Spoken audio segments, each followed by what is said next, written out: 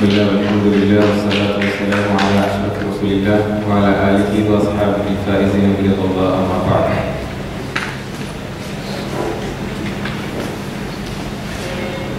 പരിശുദ്ധനായ മുഹമ്മദ് മുസ്തഫ സല്ലല്ലാഹു അലൈഹി വസല്ലമയുടെ ജീവിതത്തെക്കുറിച്ച് പഠിക്കാൻ താല്പര്യപ്പെട്ടുകൊണ്ട് ഇവിടെ വന്നു ചേർന്നിട്ടുള്ള സഹോദരി സഹോദരന്മാർ,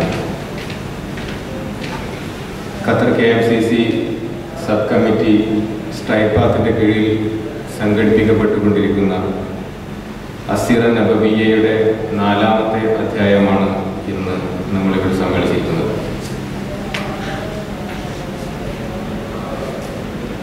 നമ്മൾ അള്ളാഹുവിൻ്റെ റസൂൽ സല്ലല്ലാഹു അലൈഹി വസല്ലമയെ കുറിച്ച് ഒരുപാട് കേൾക്കാറുണ്ട്. അതുകൊണ്ട് തന്നെ നബി സല്ലല്ലാഹു അലൈഹി വസല്ലമയുടെ മാതാപിതാക്കളെ കുറിച്ചും നബിയുടെ പിതാമഹന്മാരെ കുറിച്ചും വല്യപ്പയെക്കുറിച്ചും ഒക്കെ അറിയാറുണ്ട്. നബി വളരെ ഉന്നത കുലജാതനായിരുന്നു, വലിയ കുടുംബത്തിലാണ് ജനിച്ചത് എന്നൊക്കെ നമ്മൾ മദ്രസ പ്രായം തൊട്ട് തന്നെ കേൾക്കാറുള്ള കാര്യങ്ങളാണ്. എങ്ങനെ ആയിരുന്നു നബി സല്ലല്ലാഹു അലൈഹി വസല്ലമയുടെ പിതാക്കന്മാർ ഉന്നത കുലജാതരായത്? നബിയായി വന്നപ്പോൾ പിന്നെ നബിയുടെ ഒപ്പമാരൊക്കെ വലിയ ആൾക്കാരായിരുന്നു എന്ന് നമ്മൾ പിന്നീട് അങ്ങോട്ട് വളച്ച് പറഞ്ഞു വെച്ചതാണോ, അതോ എന്തായിരുന്നു അതിൻ്റെ ചരിത്രത്തിൻ്റെ ഒരു കിടപ്പ്? ഒരു ചരിത്ര പഠനത്തിൻ്റെ ഒരു സമീപനത്തിലാണ് നമ്മൾ ഇന്ന് ഇൻഷാ അല്ലാഹ് ഈ 4ാമത്തെ അധ്യായത്തിൽ നമുക്ക് പഠിക്കാനുള്ളത്. കഴിഞ്ഞ ക്ലാസ്സിൽ നമ്മൾ പറഞ്ഞു വെച്ചു, ഖുറൈശി കുടുംബത്തിന് മക്കയിൽ ഒരു പേരും വിലാസവും ഉണ്ടാക്കി തീർത്തത് ഖുസയ്യ് ഇബ്നു കിലാബ് എന്ന് പറയുന്ന ആളായിരുന്നു എന്ന്. ഇദ്ദേഹത്തിന്റെ 2 മക്കൾ അബ്ദുദ്ദാറും അബ്ദു മനാഫും അവരുടെ കുടുംബ ചേരികൾ 2ആയിട്ട് തിരിയുകയും അവർ തമ്മിൽ അധികാര വടംവലികൾ ഉണ്ടാവുകയും സന്ധിയിൽ എത്തിച്ചേരുകയും ഒക്കെ ചെയ്തു എന്ന് വിശദമായി നമ്മൾ കഴിഞ്ഞ ക്ലാസ്സിൽ പറഞ്ഞു വെക്കുകയുണ്ടായി. ഇനി നമുക്ക് റസൂൽ സല്ലല്ലാഹു അലൈഹി വസല്ലമയുടെ പിതാക്കന്മാരുടെ കൂട്ടത്തിൽ ഏറ്റവും അടുത്ത് നിൽക്കുന്ന 2-3 ആളുകളെ കുറിച്ച് വിശദമായി പഠിക്കാനാണ് ബാക്കിയുള്ളത്. നേരിട്ട് ഞാൻ വിഷയത്തിലേക്ക് കടക്കുകയാണ്. ആമുഖങ്ങളും മറ്റ് അലങ്കാരങ്ങളൊന്നും ഇല്ലാതെ അല്ലാഹുവിന്റെ റസൂൽ സല്ലല്ലാഹു അലൈഹി വസല്ലം പറയുന്നു, ഇന്നല്ലാഹു സുബ്ഹാനഹു ഇസ്തഫ കിനാനത മിൻ ഗുൽദി ഇസ്മാഈല വസ്തഫ ഖുറൈശൻ മിൻ കിനാന വസ്തഫ ബനി ഹാഷിം മിൻ ഖുറൈശ് വസ്തഫാനി മിൻ ബനി ഹാഷിം. അല്ലാഹു സുബ്ഹാനഹു വ തആല കിനാന ഗോത്രത്തെ കഴിഞ്ഞ ക്ലാസ്സിൽ നമ്മൾ പഠിച്ചിട്ടുണ്ട്. ഇസ്മായിൽ നബി അലൈഹിസ്സലാമിന്റെ മക്കളിൽ നിന്ന് കിനാന ഗോത്രത്തെ ആദ്യമായി തിരഞ്ഞെടുത്തു.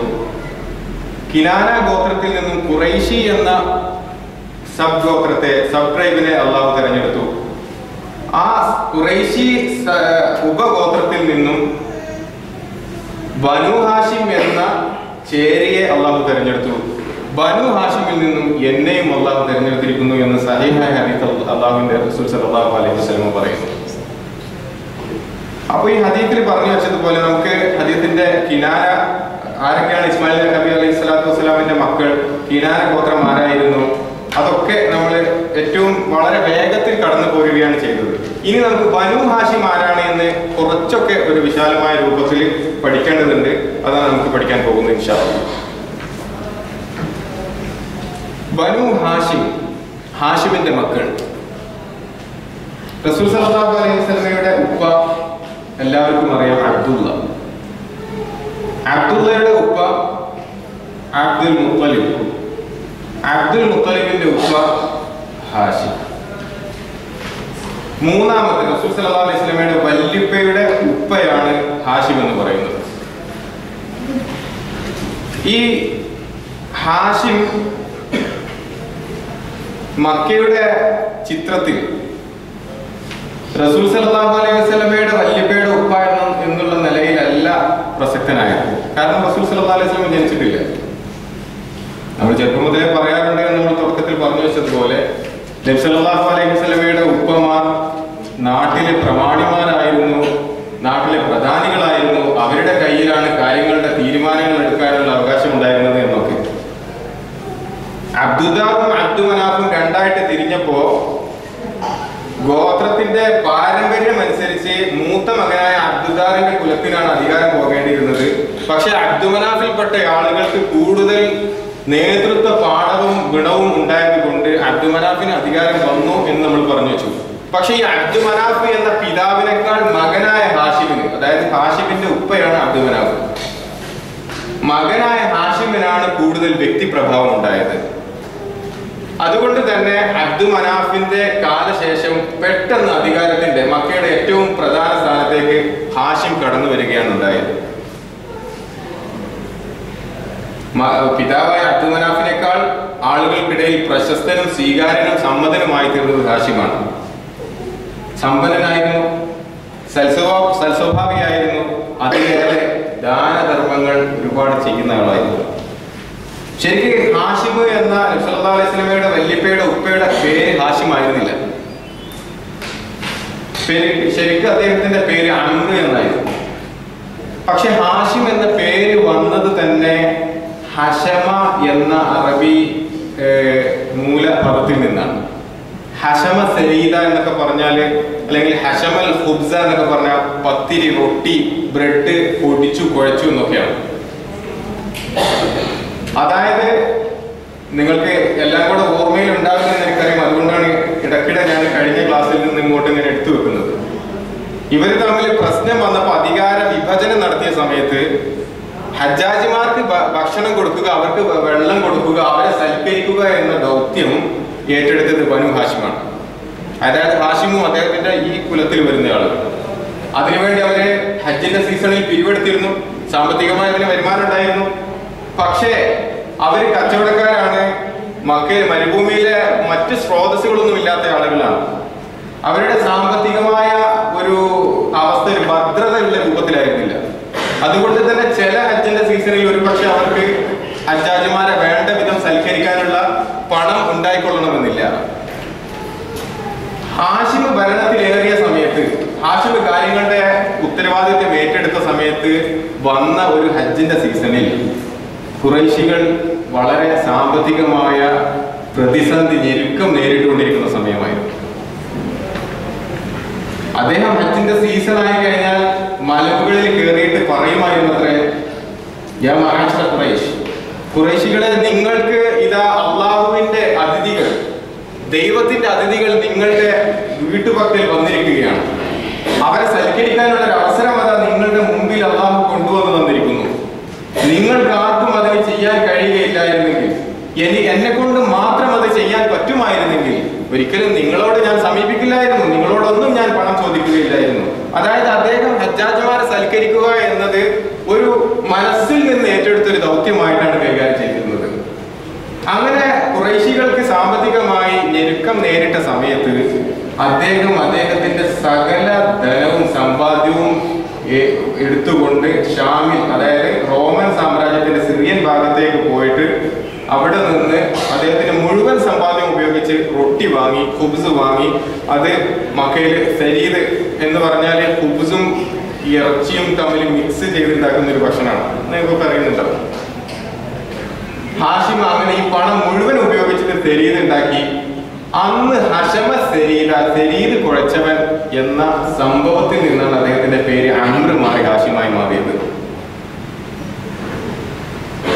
നബി സല്ലല്ലാഹു അലൈഹി വസല്ലമയുടെ ഉപ്പയുടെ ഉപ്പ, മൂന്നാമത്തെ വല്ലിപ്പ. ഹാഷിമിന് മക്കയുടെ ചരിത്രത്തിൽ വേറെയും വളരെ പ്രധാനപ്പെട്ട ചില റോളുകൾ വഹിക്കാനുണ്ടായിരുന്നു. നമ്മൾ പരിശുദ്ധ ഖുർആനിൽ ഓതി പോകാറുണ്ട്, ഇലാഫി ഖുറൈശ് ഇലാഫിഹിം റിഹ്ലത ശിതാഇ വസ്സൈഫ്.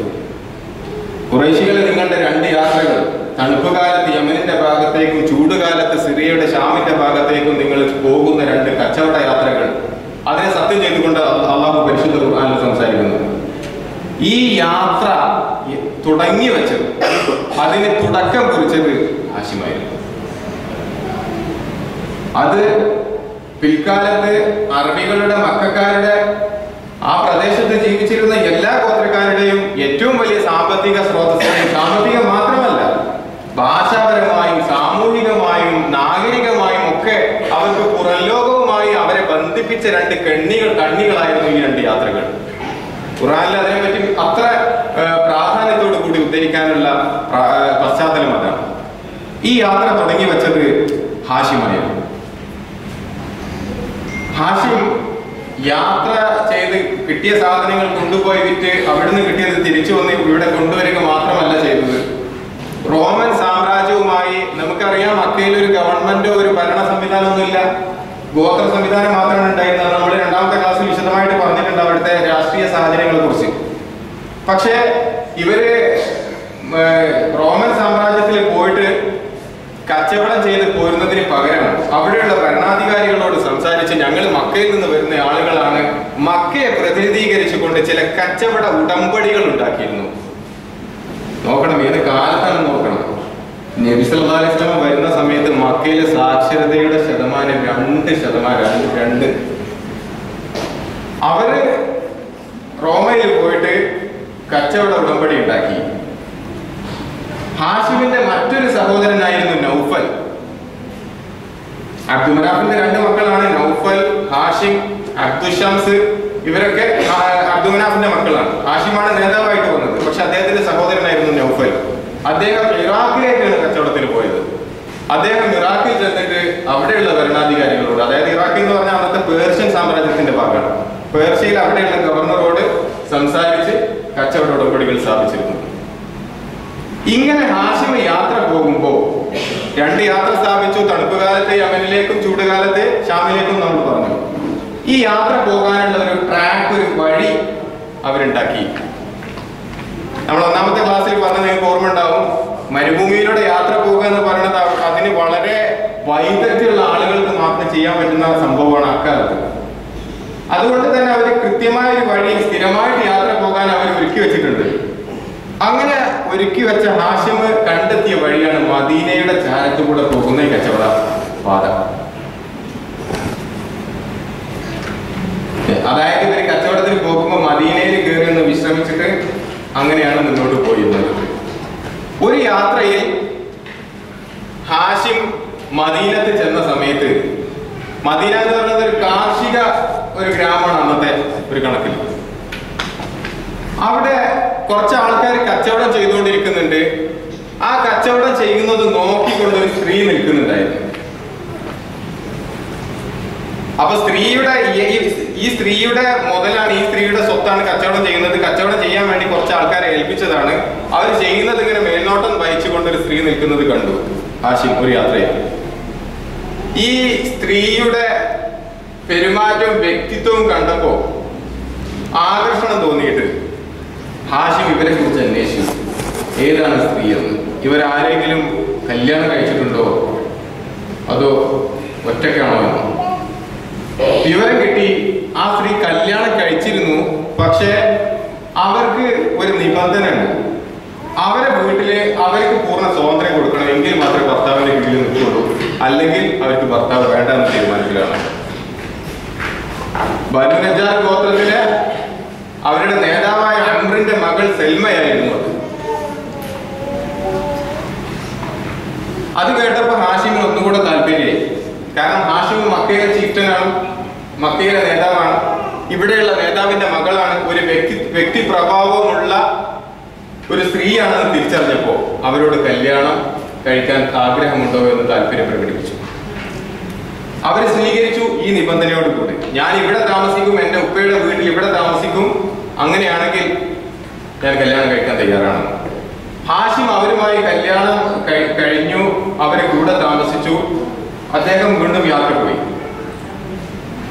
ആ ബന്ധത്തിൽ അവർക്ക് ഹാഷിമിന് ഒരു കുഞ്ഞുണ്ടായി. ആ കുട്ടിയുടെ പേരാണ് ഷെയ്ബ. ഹാഷിം ആ യാത്ര പോയിട്ട് ഫലസ്തീനിലെ ഗസ ഭാഗത്ത്, അതായത് അന്നൊക്കെ അത് റോമൻ സാമ്രാജ്യത്തിന്റെ ഭാഗമാണ്, ഫലസ്തീനിലെ ഗസയിൽ എത്തിയപ്പോൾ അവിടെ നിന്ന് വഫാത്തായി. അവിടെയാണ് ഹാഷിമിന്റെ ഖബർ ഇന്നുള്ളത്. ചില യൂറോപ്യൻ പണ്ഡിതന്മാർ, അമേരിക്കയിൽ യാസിർ ഖാലിൻ പോലെയുള്ള ആളുകളൊക്കെ പറയുന്നത് ഇന്നും ഫലസ്തീനിലെ ആ സ്ഥലം വളരെ ഹാഷിം എന്ന പേരിൽ തന്നെ പ്രശസ്തമാണ് എന്നാണ്. അപ്പോ അബ്ദുമനാഫിന്റെ ഒരു മകൻ ഹാഷിം ഗസയിൽ വെച്ച് വഫാത്തായി. പിന്നെ മക്കയിൽ ആരാണ് അധികാരത്തിൽ വരേണ്ടത്? നൗഫൽ ആയിരുന്നു ശരിക്കും വരേണ്ടത്. പക്ഷേ നൗഫൽ ഇറാഖിലെ കച്ചവടത്തിൽ വ്യാപൃതനായി മക്കയിലെ കാര്യങ്ങളിലൊന്നും ശ്രദ്ധിക്കാൻ സമയമില്ലാതെ പുറത്തായി. പിന്നീട് ഉണ്ടായിരുന്ന മറ്റൊരു സഹോദരനാണ് അബ്ദുഷംസ്. അബ്ദുഷംസിനേക്കാൾ വ്യക്തി പ്രഭാവം കൊണ്ട് നേതൃത്വ പാഠകം കൊണ്ട് മുന്നിട്ട് നിന്നയാളായിരുന്നു മുത്തലിബ്. അതുകൊണ്ട് മുത്തലിബ് എന്ന സഹോദരൻ മക്കയിലെ കാര്യങ്ങൾ നോക്കാൻ തുടങ്ങി. അതായത് അബ്ദുൽ മനാഫിന് 4 മക്കളാണ് ഉണ്ടായിരുന്നത്. ഒന്ന് ഹാഷിമിന്റെ കാര്യം നമ്മൾ പറഞ്ഞു. 2 അബ്ദുഷംസ് മക്കയിൽ തന്നെ ഉള്ള ആളായിരുന്നു. പക്ഷേ അദ്ദേഹത്തെക്കാൾ നേതൃപാഠം കാണിച്ചത് മുത്തലിബാണ്. അതുകൊണ്ട് മുത്തലിബ് അധികാരം ഏറ്റെടുത്തു. അതിനിടയിൽ ഒരു നൗഫൽ ഉണ്ടായിരുന്നു. പക്ഷെ നൗഫൽ ഇറാഖിൽ കച്ചവടത്തിന് പോയത്. മുത്തലിബ് അധികാരത്തിൽ വന്നു. അധികാരത്തിൽ അദ്ദേഹത്തിന് വെറുതെ അധികാരങ്ങൾ കിട്ടിയതല്ല. ഖുറൈശികളെ അദ്ദേഹത്തെ മുത്തലിബിനെ പേര് വിളിച്ചിരുന്നത് തന്നെ ഫയ്യാദ് എന്നാണ്. സ്ഥാനപ്പേര് വിളിച്ചിരുന്നത് ഫയ്യാദ് എന്താ? ഫാന്ന് പറഞ്ഞാൽ ഒഴുകി എന്നല്ലേ. ദാനധർമ്മം കൊണ്ട് കയ്യിൽ കിട്ടിയത് മുഴുവൻ ഒഴുക്കി വിടുന്ന അത്രയും ദാനധർമ്മം കൊണ്ട് ആളുകൾ അദ്ദേഹത്തിന് സ്ഥാനപ്പേര് നൽകിയിരുന്നു ഫയ്യാദ് എന്ന്. വെറുതെ നേതാവായതല്ല. മുത്തലിബ് നേതാവായത് അർഹത കൊണ്ട് തന്നെയാണ്. എന്തായാലും മുത്തലിബ് മക്കയിൽ അധികാരം ഏറ്റെടുത്തു. അങ്ങനെ വർഷങ്ങൾ കഴിഞ്ഞു പോയപ്പോ അവർക്ക് ആർക്കും അറിയില്ലായിരുന്നു തന്റെ സഹോദരൻ ഹാഷിം കച്ചവടത്തിന് പോകുന്ന വഴിക്ക് മദീനയിൽ ഒരു കല്യാണം കഴിച്ചിട്ടുണ്ട് എന്നും അതിൽ ഷെയ്ബ എന്ന് പറയുന്ന ഒരു കുട്ടിയുണ്ട് എന്നും അവർക്കറിയില്ലായിരുന്നു. പക്ഷേ ഈ കച്ചവടത്തിന്റെ മാർഗം മദീന വഴി ആയതുകൊണ്ട് മക്കയിലെ കച്ചവട സംഘങ്ങളൊക്കെ ഏതോ ഒരു നല്ല കഴിവ് കാണിക്കുന്ന ഒരു കുട്ടിയെ പറ്റി, മിടുക്കനായ ഒരു കുട്ടിയെ പറ്റിയുള്ള സംസാരം മക്കയിലെത്തി. മുത്തലിബും തീരുമാനിച്ചു എനിക്കും ആ കുട്ടിയെ ഒന്ന് കാണണമെന്ന്. ഷെയ്ബ എന്ന് പറയുന്ന ഈ കുട്ടിക്ക് ചരിത്ര റിവായത്തുകളിൽ വ്യത്യാസങ്ങളുണ്ട്. എന്തായാലും 8ഓ 9ഓ ആ ഒരു പ്രായം, ഏകദേശം ആ ഒരു പ്രായത്തിലുള്ള സമയത്താണ് മുത്തലിബ് മദീനത്തിൽ ചെല്ലുന്നത്. കുട്ടിയെ കണ്ട് തിരിച്ചറിഞ്ഞു.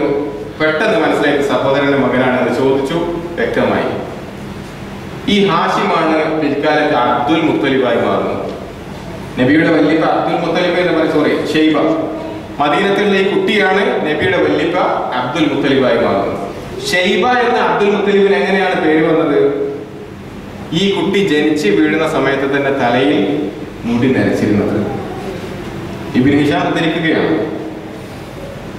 സീറത്ത് ഇബ്നു ഹിഷാമിൽ പറയുന്നു ഷെയ്ബ എന്ന പേര് വരാൻ കാരണം അബ്ദുൽ മുത്തലിബ് ജനിച്ച് വീഴുന്ന സമയത്ത് തലയിൽ മുടി നരച്ചിരുന്നു എന്ന്. അതിൽ പ്രത്യേകിച്ച് ഒന്നും പറയാനുള്ള പ്രസക്തി ഒന്നും ഉണ്ടാവില്ല. പക്ഷെ എന്തോ അതിലുള്ളത് പോലെ നിങ്ങൾ ബാക്കി കിടക്കുക.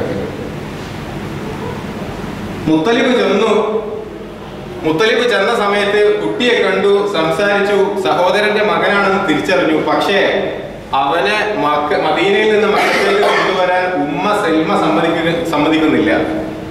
ഉമ്മ പറഞ്ഞു എന്റെ കൂടെ നിൽക്കണം അവൻ. ഞാൻ കല്യാണം കഴിക്കുന്ന സമയത്ത് തന്നെ ഇവിടെ നിന്ന് പോകൂല എന്ന നിബന്ധനയോട് കൂടിയാണ് കല്യാണം കഴിച്ചിട്ടുള്ളത്. ഞാൻ മദീനയിൽ നിന്ന് മക്കത്തേക്ക് പോകാൻ തയ്യാറല്ല. പക്ഷേ മുത്തലിബ് വിശദീകരിച്ചു കൊടുത്തു, ഞാൻ അവനെ കൊണ്ടുപോകുന്നത് എന്റെ വീട്ടിൽ നിർത്താനല്ല. അവന്റെ ഉപ്പ ഒരുപാട് സമ്പാദ്യം ഉണ്ടാക്കി വെച്ചിട്ടുണ്ട്. ബാപ്പയുടെ അനന്തര സ്വത്ത് അവൻ അവകാശപ്പെട്ടതാണ്. അത് ഏറ്റെടുക്കാൻ അവന് നിങ്ങൾ അനുവാദം കൊടുക്കണം. മാത്രമല്ല അവന്റെ നാട് മക്കയാണ്. അവന്റെ ഉപ്പ മക്കയിലെ ഏറ്റവും വലിയ പ്രധാനിയായ ആളായിരുന്നു. അവന് ആ അധികാരങ്ങളും സ്ഥാനങ്ങളൊക്കെ അവന് അർഹിച്ചതാണ്. നിങ്ങൾ അവനെ പോരാൻ അനുവദിക്കണം. അങ്ങനെ സൽമ സമ്മതിച്ചു.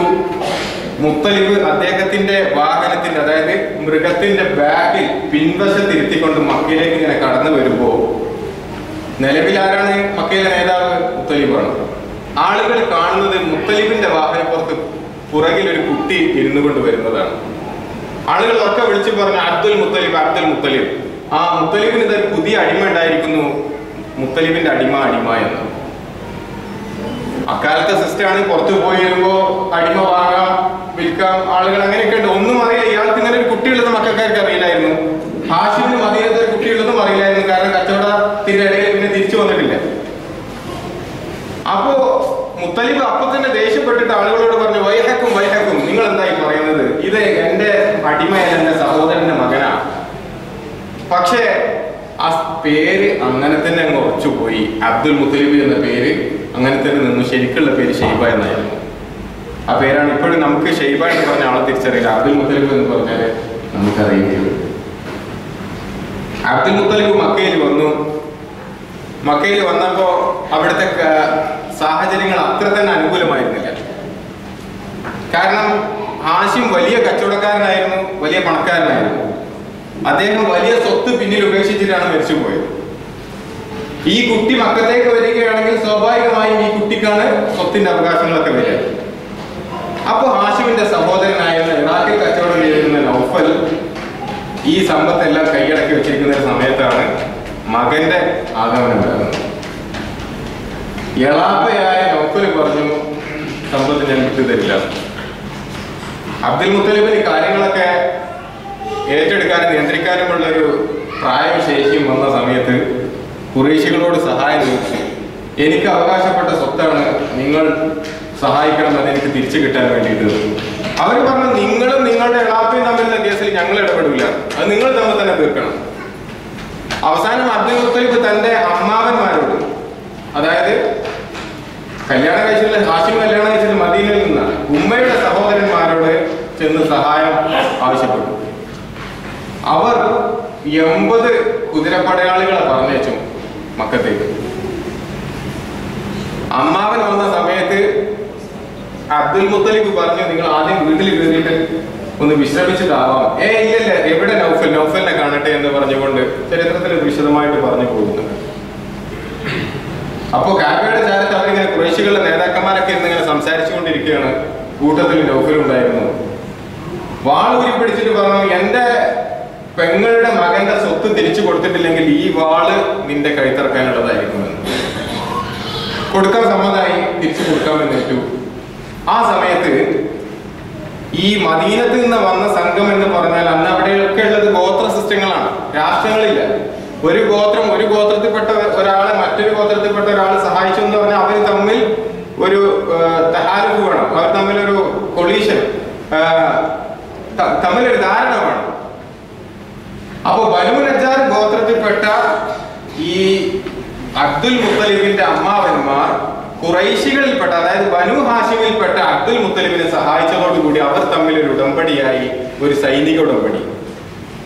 അവർ തമ്മിൽ പരസ്പരം പ്രശ്നമുണ്ടാകുമ്പോൾ വന്ന് സഹായിക്കാമെന്നും തിരിച്ചങ്ങോട്ടുണ്ടാകുമ്പോൾ ചെന്ന് പരാതി പറയാമെന്നും ഒക്കെയുള്ള ഒരു സൈനിക ഉടമ്പടി. ഇത് കണ്ടപ്പോൾ ഖുസാഅ ഗോത്രക്കാർ മക്കത്തുണ്ടായിരുന്നു. ഒന്ന് വിശദമായിട്ട് മനസ്സിലാക്കണം, കുറച്ച് കോംപ്ലിക്കേറ്റഡ് ആണ്. ഖുസാഅ ഗോത്രക്കാർ നിങ്ങൾക്ക് ഓർക്കുന്നുണ്ടാകും, മക്കയില് ആദ്യം ഉണ്ടായിരുന്ന യമനി ഗോത്രമായ ജുഹുമികളായിരുന്നു. അവരിൽ നിന്ന് ഖുസാഅ ഗോത്രമാണ് അധികാരം പിടിച്ചെടുത്തത്. അവരുടെ ഒരു കല്യാണ ബന്ധത്തിലൂടെ കയറി വന്ന ഖുസൈബിന് കിലാബ് എല്ലാം ഖുസാഅ ഗോത്രത്തിൽ നിന്ന് അധികാരം തിരിച്ചെടുക്കുകയാണ് ചെയ്തിരുന്നത്. ഖുസാഅ വലിയ ഗോത്രമാണ്. ഈ ഖുസാഅ ഗോത്രക്കാർ പറഞ്ഞു, നിങ്ങൾ അബ്ദുൽ മുത്തലിബ് നിങ്ങളുടെ പെങ്ങളുടെ മകളാണെങ്കിൽ ഞങ്ങളുടെയും മകളാണ്. അതായത് അബ്ദുൽ മുത്തലിബിന്റെ വാപ്പ ഹാഷിമിന്റെയും വാപ്പ അബ്ദുമനാഫിന്റെ ഉമ്മ ഖുസാഅ ഗോത്രത്തിൽപ്പെട്ടയാളായിരുന്നു. അവരതിനൊക്കെ വലിയ വില കൊടുത്തിരുന്ന ആളുകളാണ്. നമ്മൾ ഏറ്റവും ഒന്നാമത്തെ ക്ലാസ് പറഞ്ഞ അറബികൾക്ക് ചില ഗുണങ്ങളുണ്ട്. ആ ഗുണങ്ങളില്ലായിരുന്നെങ്കിൽ ഇസ്ലാമിനെ വളർന്നിട്ടായിരുന്നു. ഇവര് പറഞ്ഞു, ഞങ്ങളുടെ ഉമ്മാന്റെ മകൻ ഞങ്ങളുടെ കൂട്ടത്തിലെ സ്ത്രീയുടെ മകനാണ്, ഞങ്ങളുടെ സ്ത്രീയാണ് അവരുടെ ഉമ്മ, അതുകൊണ്ട് അബ്ദുൽ മുത്തലിബിനെ സഹായിക്കാനുള്ള അവകാശം നിങ്ങളെക്കാൾ ഞങ്ങൾക്കാണ്. ചുരുക്കി പറഞ്ഞാൽ മദീനയിലെ ബനു നജ്ജാർ ഗോത്രവും മക്കയിലെ ബനു ഹാഷിം ഗോത്രവും മക്കയിൽ തന്നെയുള്ള അല്ലെങ്കിൽ മക്കയുടെ പ്രാന്തപ്രദേശത്തുള്ള ഖുസാഅ ഗോത്രവും തമ്മിൽ ഒരു സൈനിക ഉടമ്പടി എത്തി. മറുവശത്ത് സമ്പത്ത് കൊടുക്കാൻ വിസമ്മതിച്ചിരുന്ന നൗഫൽ എന്ന് പറഞ്ഞ ഒരാളല്ല, ബനു നൗഫലാണ്. അവരുടെ മറ്റു സഖ്യങ്ങളുണ്ടാകും. നൗഫലും അതുപോലെ അബ്ദുഷംസും ഒരാൾ ഉണ്ടായിരിക്കും, മറ്റൊരാൾ നേതാവായി എന്ന് പറഞ്ഞല്ലോ, അവരും തമ്മിൽ ഉടമ്പടി ഉണ്ടാക്കി. ഈ ഉടമ്പടിക്ക് ഇപ്പോഴൊന്നും നമുക്കതിന് പ്രസക്തി ഇല്ല. പക്ഷെ എല്ലാം കഴിഞ്ഞ് മക്കം ഫതഹാകുന്ന സമയത്ത് ഈ ഉടമ്പടിയാണ് യഥാർത്ഥത്തിൽ മക്കം ഫതഹിന് കാരണമായി തീർന്നത്. അതുകൊണ്ടാണ് ഞാൻ നിങ്ങൾക്ക് പെട്ടെന്ന് കേട്ടാൽ ചോദിക്കും, എന്തിനാണ് അത്ര വിശദമായിട്ട് പറയുന്നത്? ഈ ഒരു ഉടമ്പടിയിൽ നിന്നാണ് യഥാർത്ഥത്തിൽ മക്കം ഫതഹ് ഇങ്ങനെ ഉരുത്തിരിഞ്ഞു വന്നത്. അത് നമുക്ക് അവിടെ നിന്ന് ഒന്നുകൂടി വിശദീകരിച്ച് പറയാം. അല്ലാഹു തൗഫീഖ് ചെയ്യുമാറാകട്ടെ. അപ്പോ അബ്ദുൽ മുത്തലിബ് ഹാഷിമിന്റെ സ്വത്തൊക്കെ തിരിച്ചു കിട്ടി, പിതാവിന്റെ സ്വത്തൊക്കെ തിരിച്ചു കിട്ടി, മക്കയിലെ പരിപൂർണ സമ്മതനായ നേതാവായി തീർന്നു. ഈ അബ്ദുൽ മുത്തലിബിന്റെ കാലഘട്ടത്തിൽ ജീവിതത്തിൽ പ്രധാനപ്പെട്ട 3 സംഭവങ്ങൾ ഉണ്ടായിരുന്നു. ഒരർത്ഥത്തിൽ ഈ 3 സംഭവങ്ങളും ഒരുതരം നമ്മുടെ ഭാവനക്ക് അല്ലെങ്കിൽ സ്വാഭാവികതക്കപ്പുറത്തുള്ള ദൈവികമായ ഇടപെടലിലൂടെ ഉണ്ടായ 3 സംഭവങ്ങളാണ്. ഒന്ന്, സംസമിന്റെ വീണ്ടെടുപ്പാണ്. കഴിഞ്ഞ ക്ലാസ്സിൽ നമ്മൾ പറഞ്ഞിരുന്നു, ജുർഹുമികള് മക്കയിൽ നിന്ന് ഒളിച്ചോടേണ്ടി വന്നപ്പോൾ, യുദ്ധത്തിൽ തോറ്റ് തിരിച്ചോടേണ്ടി വന്നപ്പോൾ ഈ വെള്ളവും ഈ സ്വത്തൊന്നും ഇനി ആർക്കും കിട്ടരുത് എന്ന് വിചാരിച്ചുകൊണ്ട് അവരുടെ കുഴി ഒഴിച്ചിട്ട് മക്കയിലുണ്ടായിരുന്ന കാബയുടെ മുകളിലുണ്ടായിരുന്ന 2 മാനിന്റെ ഷേപ്പിലുള്ള സ്വർണ്ണം ഉണ്ടായിരുന്നു. അത് സ്വർണത്തിന്റെ വാളുകള് എല്ലാം കൂടെ സംസമിന്റെ കിണറില് കുഴിച്ചങ്ങ് മൂടിക്കളഞ്ഞു. സംസം എവിടെയാണെന്ന് 3 നൂറ്റാണ്ട് മനുഷ്യരാശിക്ക് അറിയില്ലായിരുന്നു, അഥവാ മക്കാർക്ക് ആരും അറിയില്ലായിരുന്നു.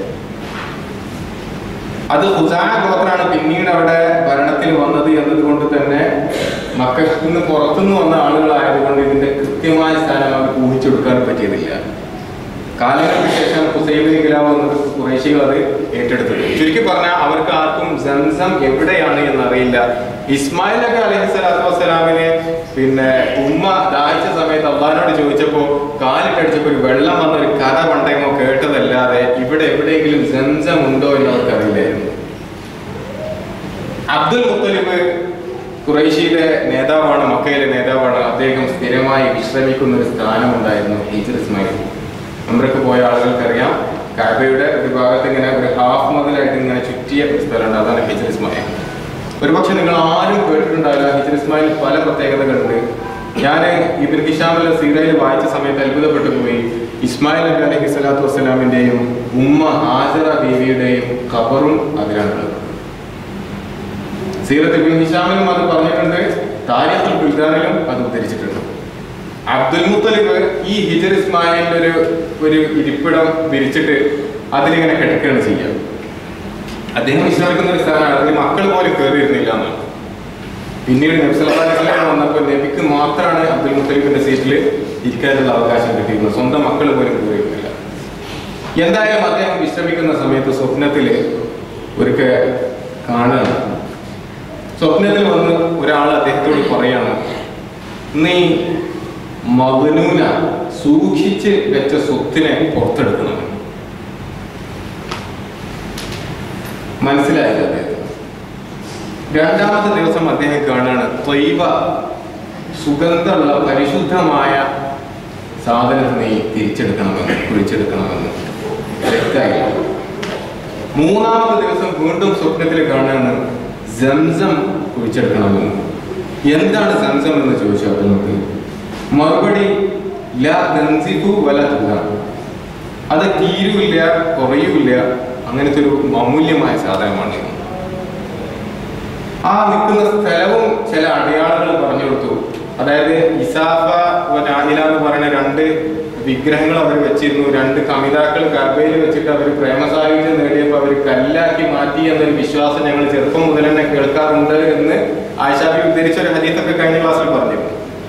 അതായത് ഇപ്പോഴത്തെ സഫാ മർമറിന്റെ ഏകദേശം ആ ഭാഗത്താണ് തരുന്നിരുന്നത്. ഇതിന്റെ 2ന്റെ ഇടയിൽ വെച്ചിട്ടാണ് അവർ ബലികർമ്മങ്ങളൊക്കെ ചെയ്തിരുന്നത്. അതിന്റെ ചോരൊക്കെ പിടിച്ചിരുന്ന ഭാഗത്ത് കുറച്ച് ഉറുമ്പും മറ്റ് പക്ഷികളൊക്കെ വന്നിരിക്കാറുണ്ടായിരുന്നു. ആ സ്ഥലം സൂചന കിട്ടി. അവിടെയാണ് പിന്നീട് സംസം കിട്ടിയത്. ചില ആധുനിക സീറ ഗ്രന്ഥകർത്താക്കൾ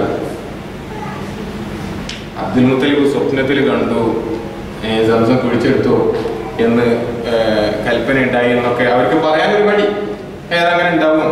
അപ്പൊ ഞാൻ അതിനെ വെറുതെ ഒരു ക്രിട്ടിക്കലായിട്ട് എന്താ പറയാ, ക്രിട്ടിസൈസ് ചെയ്തുകൊണ്ട് ആലോചിച്ചു. ഇനിയിപ്പോ സ്വപ്നമല്ല എന്ന് വിചാരിക്കുക, പിന്നെ എങ്ങനെ കിട്ടി? സംസം എന്നത് നമ്മുടെ മുമ്പിലുള്ള, കണ്ണിന്റെ മുമ്പിലുള്ള ഒരു യാഥാർത്ഥ്യമാണ്. ഇന്നും ലോകത്തിന് അത്ഭുതമായിക്കൊണ്ടിരിക്കുന്ന മരുഭൂമിയിലെ മരുഭൂമിയിൽ ചുട്ട് വരേണ്ട സൗദി അറേബ്യയിൽ ഇന്നും ലക്ഷക്കണക്കിന് ആൾക്കാർ 10,000കണക്കിന് ലിറ്ററായിട്ട് പോയിട്ട് തീരാത്തൊരു അത്ഭുതമായി നമ്മുടെ മുമ്പിലിരിക്കുന്ന സംസമാണ്. അത് അബ്ദുൽ മുത്തലിബിന്റെ കാലഘട്ടത്തിലാണ് തിരിച്ചു കിട്ടിയത് എന്നതും ചരിത്രത്തിൽ വളരെ ലിഖിതമായ യാഥാർത്ഥ്യമാണ്. പിന്നീട് അതെങ്ങനെ കിട്ടി? അത് പ്രത്യേകിച്ച് അള്ളാഹുവിന്റെ ഭാഗത്തു നിന്നുള്ള ഒരു സഹായം ഇല്ലാതെ എന്തായാലും ആ സ്ഥലം വീണ്ടെടുക്കാൻ കഴിയില്ല. അള്ളാഹുവിനെ അത് സ്വപ്നത്തിൽ കാണിച്ചു കൊടുത്തു എന്നോ അല്ലെങ്കിൽ ഒരു ഉൾവിളി ഉണ്ടായി എന്ത് പറഞ്ഞാലും കുഴപ്പമില്ല, അബ്ദുൽ മുത്തലിബിന് അതിനുള്ള അറിയിപ്പ് അള്ളാഹു കൊടുത്തു എന്ന് തന്നെയാണ് അതിന്റെ സത്യം. ബുദ്ധി ഉണ്ടാവുമ്പോൾ നമ്മൾ അങ്ങനെ അതിലെത്തിച്ചേരാൻ കഴിയുള്ളൂ. വിഷയത്തിൽ അബ്ദുൽ മുത്തലിബിന് സ്ഥലത്തെ കുറിച്ച് സൂചന ഉണ്ടായി. അത് സംസം ഒന്ന് കുഴിച്ച് പുറത്തെടുത്തോളം അബ്ദുൽ മുത്തലിബിന് സമാധാനമില്ല. ഇതൊരു വലിയ ടാസ്ക്കാണ്, കഅബയുടെ അടുത്ത് വേണം കുഴി കുഴിക്കാൻ, ആളുകൾ ആരും സപ്പോർട്ട് ചെയ്യൂല, ഇതൊരു പ്രശ്നമാണല്ലോ എന്ന് ചിന്തിച്ചിട്ട് അബ്ദുൽ മുത്തലിബ് ആ സമയത്ത് അള്ളാഹുവിനോട് നേർച്ച നേർന്നു, എനിക്ക് 10 ആൺമക്കൾ ഉണ്ടാവുകയാണെങ്കിൽ 10 തികഞ്ഞു കഴിഞ്ഞാൽ ഒരു കുട്ടിയെ ഞാൻ അള്ളാഹ്ക്ക് വേണ്ടിയിട്ട് ബലി കൊടുക്കും, അറുക്കുമെന്നും. ആ സമയത്ത് അബ്ദുൽ മുത്തലിബിന് ഹാരിസ് എന്ന ഒരു മകൻ മാത്രമാണ് ഉണ്ടായിരുന്നത്. അതായത് നബിയുടെ ഏറ്റവും മൂത്താപ്പയായിരുന്നു ഹാരിസ്. അങ്ങനെ ചിന്തിക്കാനുള്ള കാരണമുണ്ട്. നമ്മൾ പറഞ്ഞിരുന്നു, അടിസ്ഥാനപരമായി അവരൊക്കെ ഇസ്മായിലി ഇബ്രാഹിമി പാരമ്പര്യത്തിലുള്ള ആളുകളാണ്. അവർക്കൊക്കെ അറിയാം ഇബ്രാഹിം അലൈഹിസ്സലാത്തു വസ്സലാം ഇസ്മായിൽ നബി അലൈഹിസ്സലാത്തു വസ്സലാമിനെ ബലി കൊടുക്കാൻ വേണ്ടി പോയതും അള്ളാഹു ഒരു ആടിനെ പകരം പറഞ്ഞയച്ചതും അങ്ങനെ ബലിയിൽ നിന്ന് ഒഴിച്ചു നിർത്തിയതുമൊക്കെ. അപ്പൊ അവരെ സംബന്ധിച്ചിടത്തോളം അള്ളാഹുവിന് കൊടുക്കാവുന്ന ഏറ്റവും വലിയൊരു സമർപ്പണം എന്തു തന്നെയാണ്? മക്കളെ കൊടുക്കുക എന്ന് തന്നെയാണ്. കാരണം നിലവിൽ അവരുടെ മുമ്പിൽ ഒരു ദീനില്ല. അബ്ദുൽ മുത്തലിബ് അങ്ങനെ ചിന്തിച്ചത് ഒരു കിരാതമായ ഒരു ചിന്തയായിട്ട് നമുക്ക് വ്യാഖ്യാനിക്കാൻ ഈ ഒരു പശ്ചാത്തലത്തിൽ കഴിയുകയില്ല. അബ്ദുൽ മുത്തലിബ് പറഞ്ഞു, എനിക്ക് 10 മക്കൾ ഉണ്ടായി കഴിഞ്ഞാൽ ഏറ്റവും നല്ല സുന്ദരനായ കുട്ടിയെ ഞാൻ ബലി കൊടുക്കുന്നു. അങ്ങനെ സംസം കുഴിച്ചെടുത്തു. സംസമിന്റെ കാര്യത്തിലൊക്കെ തീരുമാനമായി. അതൊക്കെ അവരെ നറുക്കെടുത്തിട്ടും കഅബയുടെ ഉള്ളിൽ ഹുബൽ എന്ന് പറയുന്ന വിഗ്രഹം ഉണ്ടായിരുന്നു എന്നും ആ ഹുബലിന്റെ മുമ്പിൽ ചില അമ്പുകളൊക്കെ ഉപയോഗിച്ചാണ് അവര് ഒരു പ്രത്യേക രീതിയൊക്കെ ഉണ്ടായിരുന്നു നറുക്കെടുത്തിരുന്നത് എന്നൊക്കെ നമ്മൾ പറഞ്ഞു. അങ്ങനെ നറുക്കെടുപ്പിലൂടെ തീരുമാനമായി സംസം അത് പൊതു സ്വത്താണ്, ഹജ്ജാജിമാർക്ക് കൊടുക്കാനുള്ളതാണ്. പിന്നെ ഈ സ്വർണത്തിന്റെ മാനും വാളൊക്കെ ഉണ്ടായിരുന്നു. അത് ചിലതൊക്കെ അബ്ദുൽ മുത്തലിബിന്റെ വ്യക്തിപരമായിട്ടാണ് കിട്ടിയത്. പക്ഷെ അദ്ദേഹം അത് എടുത്ത് മാറ്റിയിട്ട് കഅബയിലെ വാതിൽ അലങ്കാരമാക്കിയിട്ട് മാറ്റുകയാണ് ചെയ്തത്. അങ്ങനെ സംസമിന്റെ ഒക്കെ കാര്യം തീരുമാനമായി. കാലം കഴിഞ്ഞപ്പോൾ അദ്ദേഹത്തിന് 10 മക്കളായി തീർന്നപ്പോൾ അബ്ദുൽ മുത്തലിബ് മക്കളെയൊക്കെ അടുത്ത് വിളിച്ചു കൂട്ടിയിട്ട് പറഞ്ഞു. അതാണ് അബ്ദുൽ മുത്തലിബിന്റെ ജീവിതത്തിലെ 2ാമത്തെ സംഭവം. 1ാമത്തത് സംസം വീണ്ടെടുത്തു എന്നതാണ്.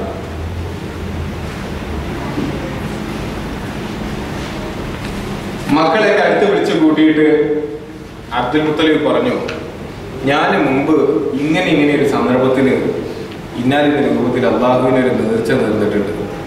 അള്ളാഹുവിനെ വെച്ചാൽ നിങ്ങൾ ആശ്ചര്യപ്പെടേണ്ട, അള്ളാഹുവിനാണോ എന്ന്. ഞാനത് അള്ളാഹുവിനാണ് എന്ന് തന്നെ പറയുന്നു. കാരണം അവിടെ വിഗ്രഹങ്ങൾ ഉണ്ടായിരുന്നത് ശരിയാണ്. ഹുബൽ ഉണ്ടായിരുന്നു, ഇസാഖ് ഉണ്ടായിരുന്നു, നായില ഉണ്ടായിരുന്നു, ലാത്ത ഉണ്ടായിരുന്നു, ഇസ്സ ഉണ്ടായിരുന്നു. എല്ലാ ഗോത്രങ്ങൾക്കും 1-ലധികം വിഗ്രഹങ്ങൾ അവരുടെ വീട്ടിൽ തന്നെ ഉണ്ടായിരുന്നു. പക്ഷേ ഖുർആനിൽ തന്നെ പറയും, നിങ്ങൾ അവരോട് ആരാണ് നിങ്ങൾക്ക് മഴ പെയ്യിക്കുന്നത് എന്ന് ചോദിച്ചാൽ അവർ പറയും അള്ളാഹ്. ആരാണ് ആകാശഭൂമികളുടെ തമ്പുരാൻ? അള്ളാഹ്. അവര് പറയും. നേരെ മറിച്ച് നമ്മൾ ഇന്ന് കാണുന്ന വിഗ്രഹാരാധകരോട് ചെന്ന് ആരാണ് ഈ പ്രപഞ്ചത്തിന്റെ നേതാവ്? മറ്റൊരാളായിരിക്കും പറയാം. ഇവരുടെ വിഗ്രഹാരാധന ഒരു പ്രത്യേക രൂപത്തിലുള്ളതാണ്.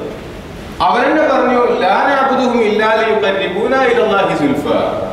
ഞങ്ങൾ ഈ കണ്ട ഇതിനൊക്കെ ലാത്തിനെയും ഹുസനെയും മനാത്തിനെയൊക്കെ ആരാധിക്കണം എന്ന് പറഞ്ഞാൽ അള്ളാഹുവിലേക്ക് ഞങ്ങൾക്കൊരു ഒരു മീഡിയേറ്റർ ആയിട്ട് നിൽക്കാൻ വേണ്ടിയിട്ടാണ്, അതിന്റെ ഇടയിൽ നിൽക്കാൻ വേണ്ടിയിട്ട് മാത്രമാണ്.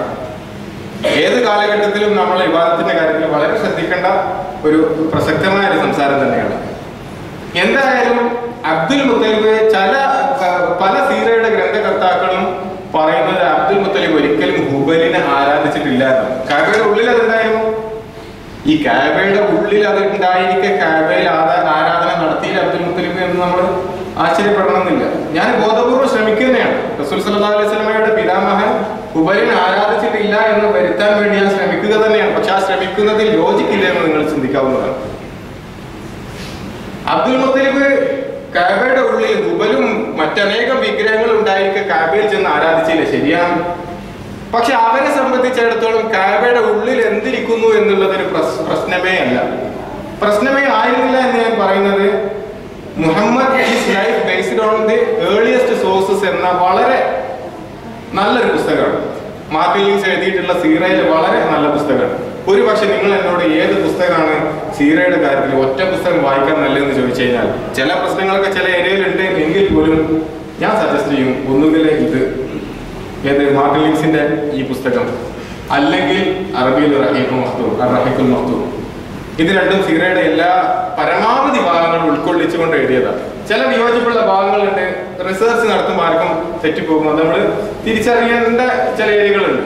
എങ്കിൽ പോലും പൊതുവെ പറയുമ്പോൾ മാർട്ടിൻ ലൂയിസ് ഈ പുസ്തകത്തിൽ പറയുന്നത് ക്രിസ്ത്യാനികളും ജൂതന്മാരും ഒക്കെ ചില സമയത്ത് ഒരു കാലഘട്ടത്തിൽ കഅബ ആരാധിച്ചിരുന്നു എന്നാണ്. പക്ഷെ പിൽക്കാലത്ത് അവരെ നിന്നൊക്കെ വിട്ടുപോയി. കാരണം വിഗ്രഹങ്ങളെല്ലാം കൂടെ കഅബയിൽ അങ്ങ് ആധിപത്യം നേടിയപ്പോൾ. പക്ഷെ അക്കൂട്ടത്തിൽ ഒരു ക്രിസ്ത്യാനി ഉണ്ണിയേശുവിന്റെയും കന്യാമറിയത്തിന്റെയും ചിത്രം കഅബയുടെ ഉള്ളിൽ കൊണ്ടുവന്ന് വെച്ചപ്പോ ഖുറൈശികൾ ആരും അതിന് യാതൊരു തടസ്സം പറഞ്ഞില്ല. അവരെ സംബന്ധിച്ചിടത്തോളം പല വിഗ്രഹങ്ങൾ കൂട്ടത്തിൽ മറ്റൊരു വിഗ്രഹം എന്ന് അവർ ചിന്തിച്ചോളൂ.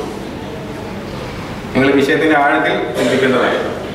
അതായത് അവരെ സംബന്ധിച്ചിടത്തോളം കഅബയുടെ ഉള്ളിലിരിക്കുന്ന വിഗ്രഹങ്ങൾ ഏത് എന്നതല്ല പ്രശ്നം. അങ്ങനെ ആയിരുന്നെങ്കിൽ അവരെ ഈ ചിത്രം വെക്കാൻ സമ്മതിക്കില്ലായിരുന്നു. പക്ഷെ അതിനൊരു ഇപ്പൊ ഈ പറഞ്ഞ മാർട്ടിൻസിന്റെ ഈ ഒരു പരാമർശത്തോട് വൈരുദ്ധ്യമായി വരുന്ന എന്ന് തോന്നുന്ന ഒരു പരാമർശമാണ് ഹുസൈൻ ഹൈക്കലിന്റെ ഹയാത്ത് മുഹമ്മദ് എന്ന ഗ്രന്ഥത്തിൽ. അദ്ദേഹം പറയുന്നുണ്ട്, യഹൂദികളും ക്രിസ്ത്യാനികളും മക്കയിൽ നിന്ന് ആട്ടി ഓടിക്കപ്പെടുകയായിരുന്നു. അവർക്ക് കഅബയുടെ പരിസരത്തൊന്നും വരാൻ പറ്റിയിരുന്നില്ല. അവര് മക്കയിൽ അവിടെയുള്ള മനാസിൽ മക്ക എന്ന് പറഞ്ഞുകൊണ്ട് അദ്ദേഹം വിശദമായി എഴുതുന്നുണ്ട്. എങ്ങനെയാണ് മക്കയിലെ വീടുകൾ കിടന്നിരുന്നത്, വീടുകളുടെ ഒരു ഭൂമിശാസ്ത്രത്തെ പറ്റി. അതിൽ ക്രിസ്ത്യാനികളുടെയും ജൂതന്മാരുടെയും വീടുകൾ മക്കയുടെ പുറമ്പോക്കെയാണ് ഉണ്ടായിരുന്നത്. നമ്മളത് രണ്ടും കൂടെ ചേർത്ത് വായിക്കുമ്പോൾ, അതായത് മാർട്ടിൻസ് പറയുന്നു കഅബയുടെ ഉള്ളിൽ ക്രിസ്ത്യാനികളുടെ ഉണ്ണിയേശുവിന്റെ ചിത്രം വെച്ചു വരുന്നു. ഹുസൈൻ ഹൈക്കൽ പറയുന്നു അവർ വീട് മക്കയുടെ പുറത്താണ് ഉണ്ടായിരുന്നത്. അപ്പൊ ഒന്നുകൂടെ നമ്മൾ പറയുന്നതിന് അടിവര കൂടുകയാണ്. എന്ന് വെച്ചാൽ മക്കയിലെ തൊട്ടുകൂടാത്ത പുറത്താക്കപ്പെട്ടിരുന്ന ക്രിസ്ത്യാനികളുടെയും ജൂതന്മാരുടെയും ദൈവമായ ഉണ്ണിയേശുവിനെയും കന്യാമറിയത്തെയും കഅബയുടെ ഉള്ളിൽ കൊണ്ടുവന്ന് വെച്ചപ്പോൾ പോലും അവർക്കതൊരു പ്രശ്നമല്ല. അവര് പുറത്താണെങ്കിൽ പുറത്താക്കപ്പെട്ട ആളുകളുടെ ദൈവങ്ങളെ പോലും അവരുടെ കഅബയുടെ ഉള്ളിൽ ഇരിക്കുന്നത് അവർക്ക് പ്രശ്നമായിരുന്നില്ല. കാരണം അവര് ഞങ്ങൾ ഇത് ആരാധിക്കുന്നത് അള്ളാഹിന് മുമ്പിൽ നേർക്കുനേരാണ്ട് കാണാത്തത് കൊണ്ട് തൽക്കാലം മുമ്പിൽ ഒരു കല്ല് വെച്ചതാണ് എന്ന്. അതാണ് നമ്മൾ കഴിഞ്ഞ ഒന്നാമത്തെ ക്ലാസ്സിൽ പറഞ്ഞിരുന്നു. മക്കയിലെ ആളുകളുടെ പ്രശ്നം വിവരമില്ലായ്മയാണ്. അറിവില്ലാത്തത് കൊണ്ട് അള്ളാഹു റസൂൽ സല്ലല്ലാഹു അലൈഹി വസല്ലമക്ക് ഒരർത്ഥത്തിൽ പണി കുറവായിരുന്നു. അതായത് വിശ്വാസപരമായിരുന്നു. ഇവർക്ക് ആ അറിവില്ലാത്ത ഭാഗം തന്നെ കറക്റ്റ് ചെയ്ത് കൊടുത്താൽ മതി. അഥവാ ഇബ്രാഹിം നബി അലൈഹി സ്വലാത്തു വസ്സലാമിന്റെ ചര്യയിൽ നിന്ന് കാലം കുറേ കഴിഞ്ഞപ്പോ കുറച്ചൊന്ന്, കാരണം 10-26 നൂറ്റാണ്ട് കഴിഞ്ഞിട്ടുണ്ട്. ഇസ്മായിൽ നബി അലൈഹി സ്വലാത്തു വസ്സലാമിന്റെ ഇടയിൽ ഏകദേശം 20 നൂറ്റാണ്ടിലധികം സമയം. ആളുകളെ വിശ്വാസപരമായി അകന്നകന്ന് പോകും. അതൊന്ന് തിരിച്ച് ഇങ്ങോട്ടനാക്കേണ്ട പണിയാണ് ഉണ്ടായിരുന്നത്. അപ്പൊ നമ്മൾ പറഞ്ഞു വന്നത്, അബ്ദുൽ മുത്തലിബ് മകനെ അറുക്കാൻ വേണ്ടിയിട്ട് കഅബയുടെ ഉള്ളിൽ വെച്ച് നറുക്കിട്ടില്ലേ എന്നിടത്തുനിന്നാണ് നമ്മുടെ ചിന്ത വിശദമായിട്ട് പോയത്. നറുക്കിടാൻ തീരുമാനിച്ചു. മക്കളോട് ചോദിച്ചു. മക്കള് പറഞ്ഞു, നിങ്ങൾ അങ്ങനെ തീരുമാനിച്ചിട്ടുണ്ടെങ്കിൽ ഞങ്ങൾക്ക് സമ്മതമാണ്. ഇതൊക്കെ ചില കാര്യങ്ങൾ സൂചിപ്പിക്കുന്നുണ്ട്. മക്കള് സ്വന്തം ചെയ്യുന്നു. 10 ആളുണ്ടാവും. 10 ആൾക്ക് വേണമെങ്കിൽ പറയായിരുന്നു, പറ്റൂല. 10 ആൾ ഒന്നിച്ച് പറഞ്ഞു കഴിഞ്ഞാൽ ഏത് നേതാവാണെങ്കിൽ അയാൾ സ്വന്തം മക്കള് 10 ആൾ പറഞ്ഞാൽ ഒന്നും ചെയ്യാൻ കഴിയില്ല. പക്ഷെ അവരൊക്കെ ചെയ്ത നേർച്ചകൾ അത് നിറവേറ്റപ്പെടണം. അതിന് ജീവിതം പോയാലും ശരി ദൈവത്തിനോട് പറഞ്ഞ നേർച്ചയാണോ നിറവേറ്റണം എന്ന് ചിന്തിക്കുന്ന ആളുകളായിരുന്നു. വിശ്വസിച്ചത് ഉറച്ചു നിൽക്കുന്ന ആളുകളായിരുന്നു. ബോധ്യപ്പെട്ട് കഴിഞ്ഞാൽ പിന്നെ വിട്ടുവീഴ്ച ചെയ്യാത്ത ആളുകളായിരുന്നു. അതായിരുന്നു ഇസ്ലാമിന് വേണ്ട വേണ്ടത്. മക്കള് പറഞ്ഞു, നിങ്ങള് നേർച്ച പൂർത്തിയാക്കണം. ഞങ്ങൾ 10 ആളിൽ ആർക്കാണോ നറുക്ക് വീഴുന്നത് അവര് തയ്യാറാക്കണം. നറുക്കിട്ടപ്പോ ഏറ്റവും ഇളയ മകനായിരുന്ന അബ്ദുള്ളയുടെ തലയിലാണ് നറുക്ക് വീണത്. അബ്ദുൽ മുത്തലിബിന് 10-ലധികം മക്കളുണ്ടായിരുന്നു എന്ന് ചില അല്ല, അത് തന്നെയാണ് അതിന്റെ ശരി. കാരണം അബ്ദുള്ളയേക്കാൾ ഇളയ ആളുകളാണ് ഹംസ റളിയല്ലാഹു അൻഹു, അബ്ബാസ് റളിയല്ലാഹു അൻഹു. 13 മക്കളാണെന്നാണ് ആൺകുട്ടികൾ, 6 പെൺകുട്ടികൾ. ഹംസ റളിയല്ലാഹു അൻഹു ആണ് അബ്ദുള്ളയുടെ ശേഷമുള്ളത്. പിന്നെ ഏറ്റവും ഇളയ ആളാണ് അബ്ബാസ് റളിയല്ലാഹു അൻഹു. ഇവരത് തിരിച്ചിട്ടില്ല എന്നർത്ഥം. ഈ സംഭവം നടക്കുന്ന സമയത്ത് അബ്ദുള്ളയുടെ തലയിൽ നറുക്ക് വീണു. അബ്ദുള്ള ഇറക്കാൻ തീരുമാനമായി. പക്ഷേ അബ്ദുൽ മുത്തലിബിനെ സംബന്ധിച്ചിടത്തോളം ഏറ്റവും ഇഷ്ടപ്പെട്ട കുട്ടിയായിരുന്നു. പല കാരണങ്ങളുണ്ട്. ഏറ്റവും ചെറിയ കുട്ടിയാകുമ്പോൾ സ്വാഭാവികമായി കുട്ടിയോട് ഒരു കാരുണ്യ വാത്സല്യമൊക്കെ കൂടും. രണ്ടാമത്തത് കൂട്ടത്തിൽ കാണാൻ ഏറ്റവും സുന്ദരനായിരുന്നു. എന്തോ പിതാവ് ഇഷ്ടപ്പെടാനുള്ള ഒരുപാട് ഗുണങ്ങളുള്ള നല്ലൊരു കുട്ടിയായിരുന്നു അബ്ദുള്ള. അബ്ദുള്ള ഇറക്കാനാണ് തീരുമാനം വന്നിരിക്കുന്നത്. അത് ഇറക്കാതിരിക്കാൻ നിർത്തിയില്ല. അബ്ദുള്ളയുടെ പിതാവ്, അതായത് അബ്ദുൽ മുത്തലിബിന്റെ ഭാര്യ അബ്ദുള്ളയുടെ പിതാവ് ഫാത്തിമ വലിയ ഗോത്രത്തിലെ ആളായിരുന്നു, ശേഷി ഉണ്ടായിരുന്നു. അതുകൊണ്ട് തന്നെ അവരോട് വിവരം പറഞ്ഞില്ല അബ്ദുള്ള ഇറക്കാൻ പോകണം. കാരണം അമ്മാമാരൊക്കെ കൂടി നേരത്തെ വന്നതുപോലെ വാളും പിടിച്ചു വന്നിട്ടുണ്ടെങ്കിൽ ഈ പരിപാടി നടക്കില്ല, ഇത് ദൈവത്തിന് കൊടുത്ത വാക്കാണ്. അബ്ദുള്ളയെ കുറിച്ച് കൈ പിടിച്ചിട്ട് ഒരു കയ്യിൽ കടാരെയും മറ്റു കയ്യിൽ കുട്ടിയെയും പിടിച്ചിട്ട് അബ്ദുൽ മുത്തലിബ് ഇങ്ങനെ ഖുറൈശികൾ ബലിയിറക്കുന്ന സ്ഥലത്തേക്ക് ഇങ്ങനെ പോവുകയാണ്. ആ സമയത്ത് ഖുറൈശികൾ അവരുടെ വീട്ടിൽ നിന്നും അവരുടെ യോഗം കൂടുന്ന ആദ്യത്തിൽ നിന്നൊക്കെ പുറത്തു നോക്കിയപ്പോൾ ഒരു കയ്യിൽ കടാര പിടിച്ച് പോകുന്ന അബ്ദുൽ മുത്തലിബിനെയാണ് കണ്ടത്. എന്താണ് നിങ്ങൾ ചെയ്യാൻ പോകുന്നതെന്ന് ചോദിച്ചു. ഒന്നും മറുപടി പറയാൻ നിന്നില്ല. കാര്യം മനസ്സിലാക്കുക. ഖുറൈശികൾ പറഞ്ഞു, ഞങ്ങൾ അതിന് സമ്മതിക്കൂല, കുട്ടിനെ ബലി കൊടുക്കാൻ ഞങ്ങൾ സമ്മതിക്കൂലായിരുന്നു. മുഗീറ, ഖുറൈശികളുടെ നേതാവായിരുന്ന മുഗീറ ഇടപെട്ടുകൊണ്ട് പറഞ്ഞു, ഞങ്ങളുടെ ഗോത്രത്തിന്റെ മുഴുവൻ സമ്പത്തും വേണമെങ്കിൽ തരാം, നിങ്ങൾ അതിന് പകരമായിട്ട് ദാനം ചെയ്തോ, സമർപ്പിച്ചോ, ബലി കഴിപ്പിച്ചോ, പക്ഷെ കുട്ടിയെ നിങ്ങൾ കൊല്ലരുത്. പക്ഷേ അബ്ദുൽ മുത്തലിബിന് സമ്മതമായില്ല. കാരണം നേരത്തെ പറഞ്ഞത് തന്നെയാണ് അതിന്റെ കാരണം. വിട്ടുവീഴ്ചയ്ക്ക് തയ്യാറില്ല, അവര് ദൈവത്തിന് കൊടുത്ത വാക്കായിരുന്നു. അവസാനം ആളുകളെല്ലാം കൂടെ ഇടപെട്ട് ഒരു മധ്യസ്ഥതയിലെത്തി. നമ്മള് യസ്രിബിൽ, അതായത് മദീനയുടെ ഭാഗത്ത് ഒരു ജ്ഞാനിയായ ഒരു സ്ത്രീയുണ്ട്. ചില കാര്യങ്ങൾക്ക് ചില പ്രദേശത്ത് അറിയപ്പെട്ട ആളുകൾ ഉണ്ടാവില്ല, കുറച്ച് പ്രായമായ മുത്തശ്ശിയുണ്ട്. അവരോട് ചെന്നിട്ട് ഈ വിഷയത്തിൽ ഒരു പരിഹാരം ചോദിക്കാൻ നമുക്ക് അവരെന്താ പറയണമെന്ന് നോക്കാം. ഉടനെ അബ്ദുൽ മുത്തലിബും പിന്നെ ഖുറൈശികളിലെ നേതാക്കന്മാരെല്ലാം കൂടെ യസ്രിബിലേക്ക് പുറപ്പെട്ടു. മദീനയിൽ എത്തിയ സമയത്താണ് അറിഞ്ഞത് ആ സ്ത്രീ അവിടെ നിന്ന് പോയി ഖൈബറിൽ എത്തിയിട്ടുണ്ടെന്ന്. 100 കിലോമീറ്ററോളം അപ്പുറത്തുള്ള ഖൈബറിൽ, കറക്റ്റ് ആണെന്ന് ഇപ്പോൾ അറിയില്ല. എന്തായാലും ഒരുപാട് ദൂരത്തുള്ള ഖൈബറിലേക്ക് തിരിച്ചു പോയി. അവിടെ എത്തി ജ്ഞാനിയായ സ്ത്രീയോട് വിഷയങ്ങൾ പറഞ്ഞു. ആ സമയത്ത് അവർ ചോദിച്ചു, നിങ്ങളുടെ നാട്ടിലെ നടപ്പനുസരിച്ച്, രീതി അനുസരിച്ച് പ്രായശ്ചിത്തമായിട്ട് എന്താ ചെയ്യാറുള്ളതെന്ന് ചോദിച്ചു. ഒരു കാര്യം ഒരാൾ ചെയ്യാൻ നേരിട്ടത് ചെയ്യാൻ പറ്റിയില്ല, അപ്പൊ പിന്നെ ഒരു പ്രായശ്ചിത്തം ചെയ്യല്ലോ, അതെന്താണ് സാധാരണ ചെയ്യാറുള്ളതെന്ന് ചോദിച്ചു. അവർ പറഞ്ഞു, ഞങ്ങൾ 10 ഒട്ടകം അറുക്കാറുള്ളത്. അപ്പോ ഇവര് പറഞ്ഞു, ആയിക്കോട്ടെ 10 ഒട്ടകം അറുത്തോളൂ. ആദ്യം നിങ്ങള് കാക്കയിൽ ചെന്നിട്ട് നറുക്കെടുക്കണം. അബ്ദുള്ള ഇറക്കണോ 10 ഒട്ടകത്തിന് ഇറക്കണോ എന്ന്.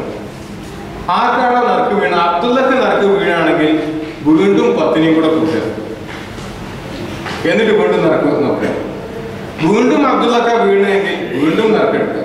അങ്ങനെ ഒട്ടകത്തിന് നറുക്ക് വരുവോളം നറുക്കിട്ട് 10 കൂട്ടിക്കൊണ്ടേ ഇരിക്കുകയായിരുന്നു. ഇവര് തിരിച്ചു വന്നു, നറുക്കിട്ടു. 10, 20, 30, 40 കഴിഞ്ഞ് 100ാമത്തെ നറുക്കിലാണ് അബ്ദുള്ളയുടെ തല രക്ഷപ്പെട്ടത്. ഒട്ടകത്തിന് അറുക്കാമെന്ന് തീരുമാനമായി. അന്നത്തെ അറബികൾക്കിടയിൽ കേട്ടുകേൾവിയില്ലാത്ത വലിയ പ്രായശ്ചിത്തമായിരുന്നു. 100 ഒട്ടകം, 100 ചുവന്ന ഒട്ടകങ്ങൾ എന്ന് പറഞ്ഞു കഴിഞ്ഞാൽ അവരെ സംബന്ധിച്ചിടത്തോളം ഇന്നത്തെ കണക്കിൽ മില്യൺ കണക്കിനുള്ള പൈസയാണ്. ഈവൻ അറബി ഭാഷയിൽ പ്രയോഗം പോലും ഉണ്ട്, ഭാഷയിലെ ഇടിയം, ഒരു എക്സ്പ്രഷൻ തന്നെ ഉണ്ട്. ഹെമുറുൻ നാമ്, ചുവന്ന ഒട്ടകങ്ങളെക്കാൾ വിലയുള്ളതായിരുന്നു. കാരണം അറബി ഭാഷ അറിവിൽ നിന്നാണല്ലോ അതിന്റെ പേരുകൾ വരുന്നത്. ഈ ചുവന്ന ഒട്ടകങ്ങളെ 100 എണ്ണം മറക്കാനാണ് തീരുമാനമായിരിക്കുന്നത്. പക്ഷെ അബ്ദുൽ മുത്തലിബ് അപ്പോഴും തീരുമാനത്തിന് വഴങ്ങിയില്ല, വീണ്ടും നറുക്കെടുക്കാൻ പറഞ്ഞു. 3 നറുക്ക് ആവർത്തിച്ച് അബ്ദുള്ള ഒഴിവായി ഒട്ടകത്തിന്റെ തലയിൽ വന്നപ്പോൾ മാത്രമാണ് അവസാനം ഒട്ടകത്തെ അറക്കാൻ തീരുമാനമായത്. ഈ 100 ഒട്ടകങ്ങളെയും മറുത്ത് മക്കയിലെ മരുഭൂമിയിൽ അതിങ്ങനെ കിടക്കാണ്. ആർക്കും, മൃഗങ്ങളും മനുഷ്യരും ആരും തടയപ്പെട്ടില്ല എന്നാണ് ഹദീസിന്റെ ഗ്രന്ഥങ്ങൾ. ആവശ്യമുള്ളവരൊക്കെ വന്നിട്ട് വേണം, ആവശ്യമുള്ള ജീവികളൊക്കെ വന്ന് കഴിക്കുകയാണ്. അതായത് ഇവർ അതിൽ ഇടപെടാനേ നിന്നില്ല, ആവശ്യമുള്ളവരൊക്കെ കൊടുത്തോട്ടെയാണ്. വെറുതെ വേസ്റ്റ് ആക്കി എന്നല്ല ഈ പറഞ്ഞതിന്റെ അർത്ഥം. അവർ അത്രയും സമൃദ്ധമായ ആളുകൾക്ക് കൊടുത്തു, അതങ്ങ് ഒഴിവാക്കിയിട്ട് കൊടുത്തു. ഈ സംഭവത്തെ പറ്റിയിട്ടാണ് അള്ളാഹുവിന്റെ റസൂൽ സല്ലല്ലാഹു അലൈഹി വസല്ലമയുടെ ഹദീസിൽ തന്നെ കാണാം, അനബിനു ദബിഹൈൻ, ഞാൻ 2 അറുക്കപ്പെട്ട ആളുകളുടെ മകനാണ്. എന്ന് വെച്ചാൽ ഇസ്മായിൽ നബി അലൈഹി സ്വലാത്തു വസ്സലാമിന്റെ പരമ്പരയിൽ നിന്നാണ് അള്ളാഹുവിന്റെ റസൂൽ സല്ലല്ലാഹു അലൈഹി വസല്ലമ വരുന്നത്. ഇസ്മായിൽ നബി അലൈഹി സ്വലാത്തു വസ്സലാമിനെ ഇബ്രാഹിം നബി അറുക്കാൻ കൊണ്ടുപോയിരുന്ന സംഭവം നിങ്ങൾക്കറിയാം. 2ാമത്തെ അറുക്കപ്പെട്ട ആളാണ് അബ്ദുള്ള, സ്വന്തം പിതാവ്. സ്വന്തം പിതാവിന് ഇങ്ങനെ ഒരു സംഭവം ഉണ്ടായിട്ടുണ്ട്. ചില റിവായത്ത് അനുസരിച്ച് പിന്നീട് ഈ എന്തെങ്കിലും ഒരു തെറ്റായ കാര്യം നേർച്ച ചെയ്തു കഴിഞ്ഞാൽ അതിന് പ്രായശ്ചിത്തമായിട്ട് 100 ഒട്ടകം മറുക്കുക എന്ന രീതി നിലവിൽ വന്നു. അതനുസരിച്ച് ഇബ്നു അബ്ബാസ് റളിയല്ലാഹു അൻഹു ഒരിക്കൽ ഒരു സ്ത്രീ ഫത്വ ചോദിച്ചു വന്ന സമയത്ത് നീ 100 ഒട്ടകം മറുത്തോളൂ, അങ്ങനെയാണല്ലോ അബ്ദുല്ലയുടെ കാര്യത്തിൽ ചെയ്തത് എന്ന് ഫത്വ കൊടുത്തു. അതിന് അന്നത്തെ മദീനയുടെ വാലിയായിരുന്നു, മദീനയുടെ ഗവർണറായിരുന്ന മർവാനെ തിരുത്തി എന്നൊക്കെ അദ്ദേഹത്തിന്റെ മറ്റു വിശദാംശങ്ങളാണ്. ചുരുക്കി പറഞ്ഞാൽ പ്രായശ്ചിത്തമായിട്ട് 100 ഒട്ടകം എന്ന തിരുത്തിലേക്ക് വന്നത് അബ്ദുല്ലയുടെ സംഭവത്തോടു കൂടിയാണ്.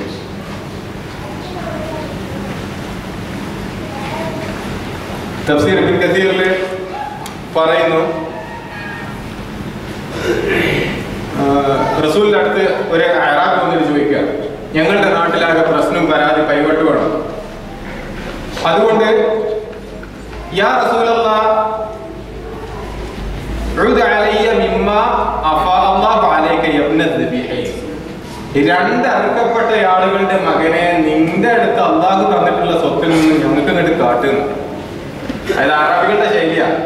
നബിയുടെ അടുത്തുള്ള സ്വത്തൊക്കെ അള്ള കൊടുത്താൽ ഞങ്ങൾക്ക് കാട്ടി ഞങ്ങൾക്ക് പ്രശ്നമാണ് ചെയ്യുന്നത്. നമുക്കിവിടെ പ്രശ്നം, ഇവിടെ നമ്മുടെ ഫോക്കസ് ഉള്ളത് അറാബി അങ്ങോട്ട് ചെന്ന് വിളിക്കുന്ന എന്താണ്, ഇബ്നു ദബീഹൈൻ എന്നാണ്. അത് ഈ സംഭവം അറബികൾക്കിടയിൽ അത്രയും പ്രചാരം നേടിയ കാര്യമായിരുന്നു.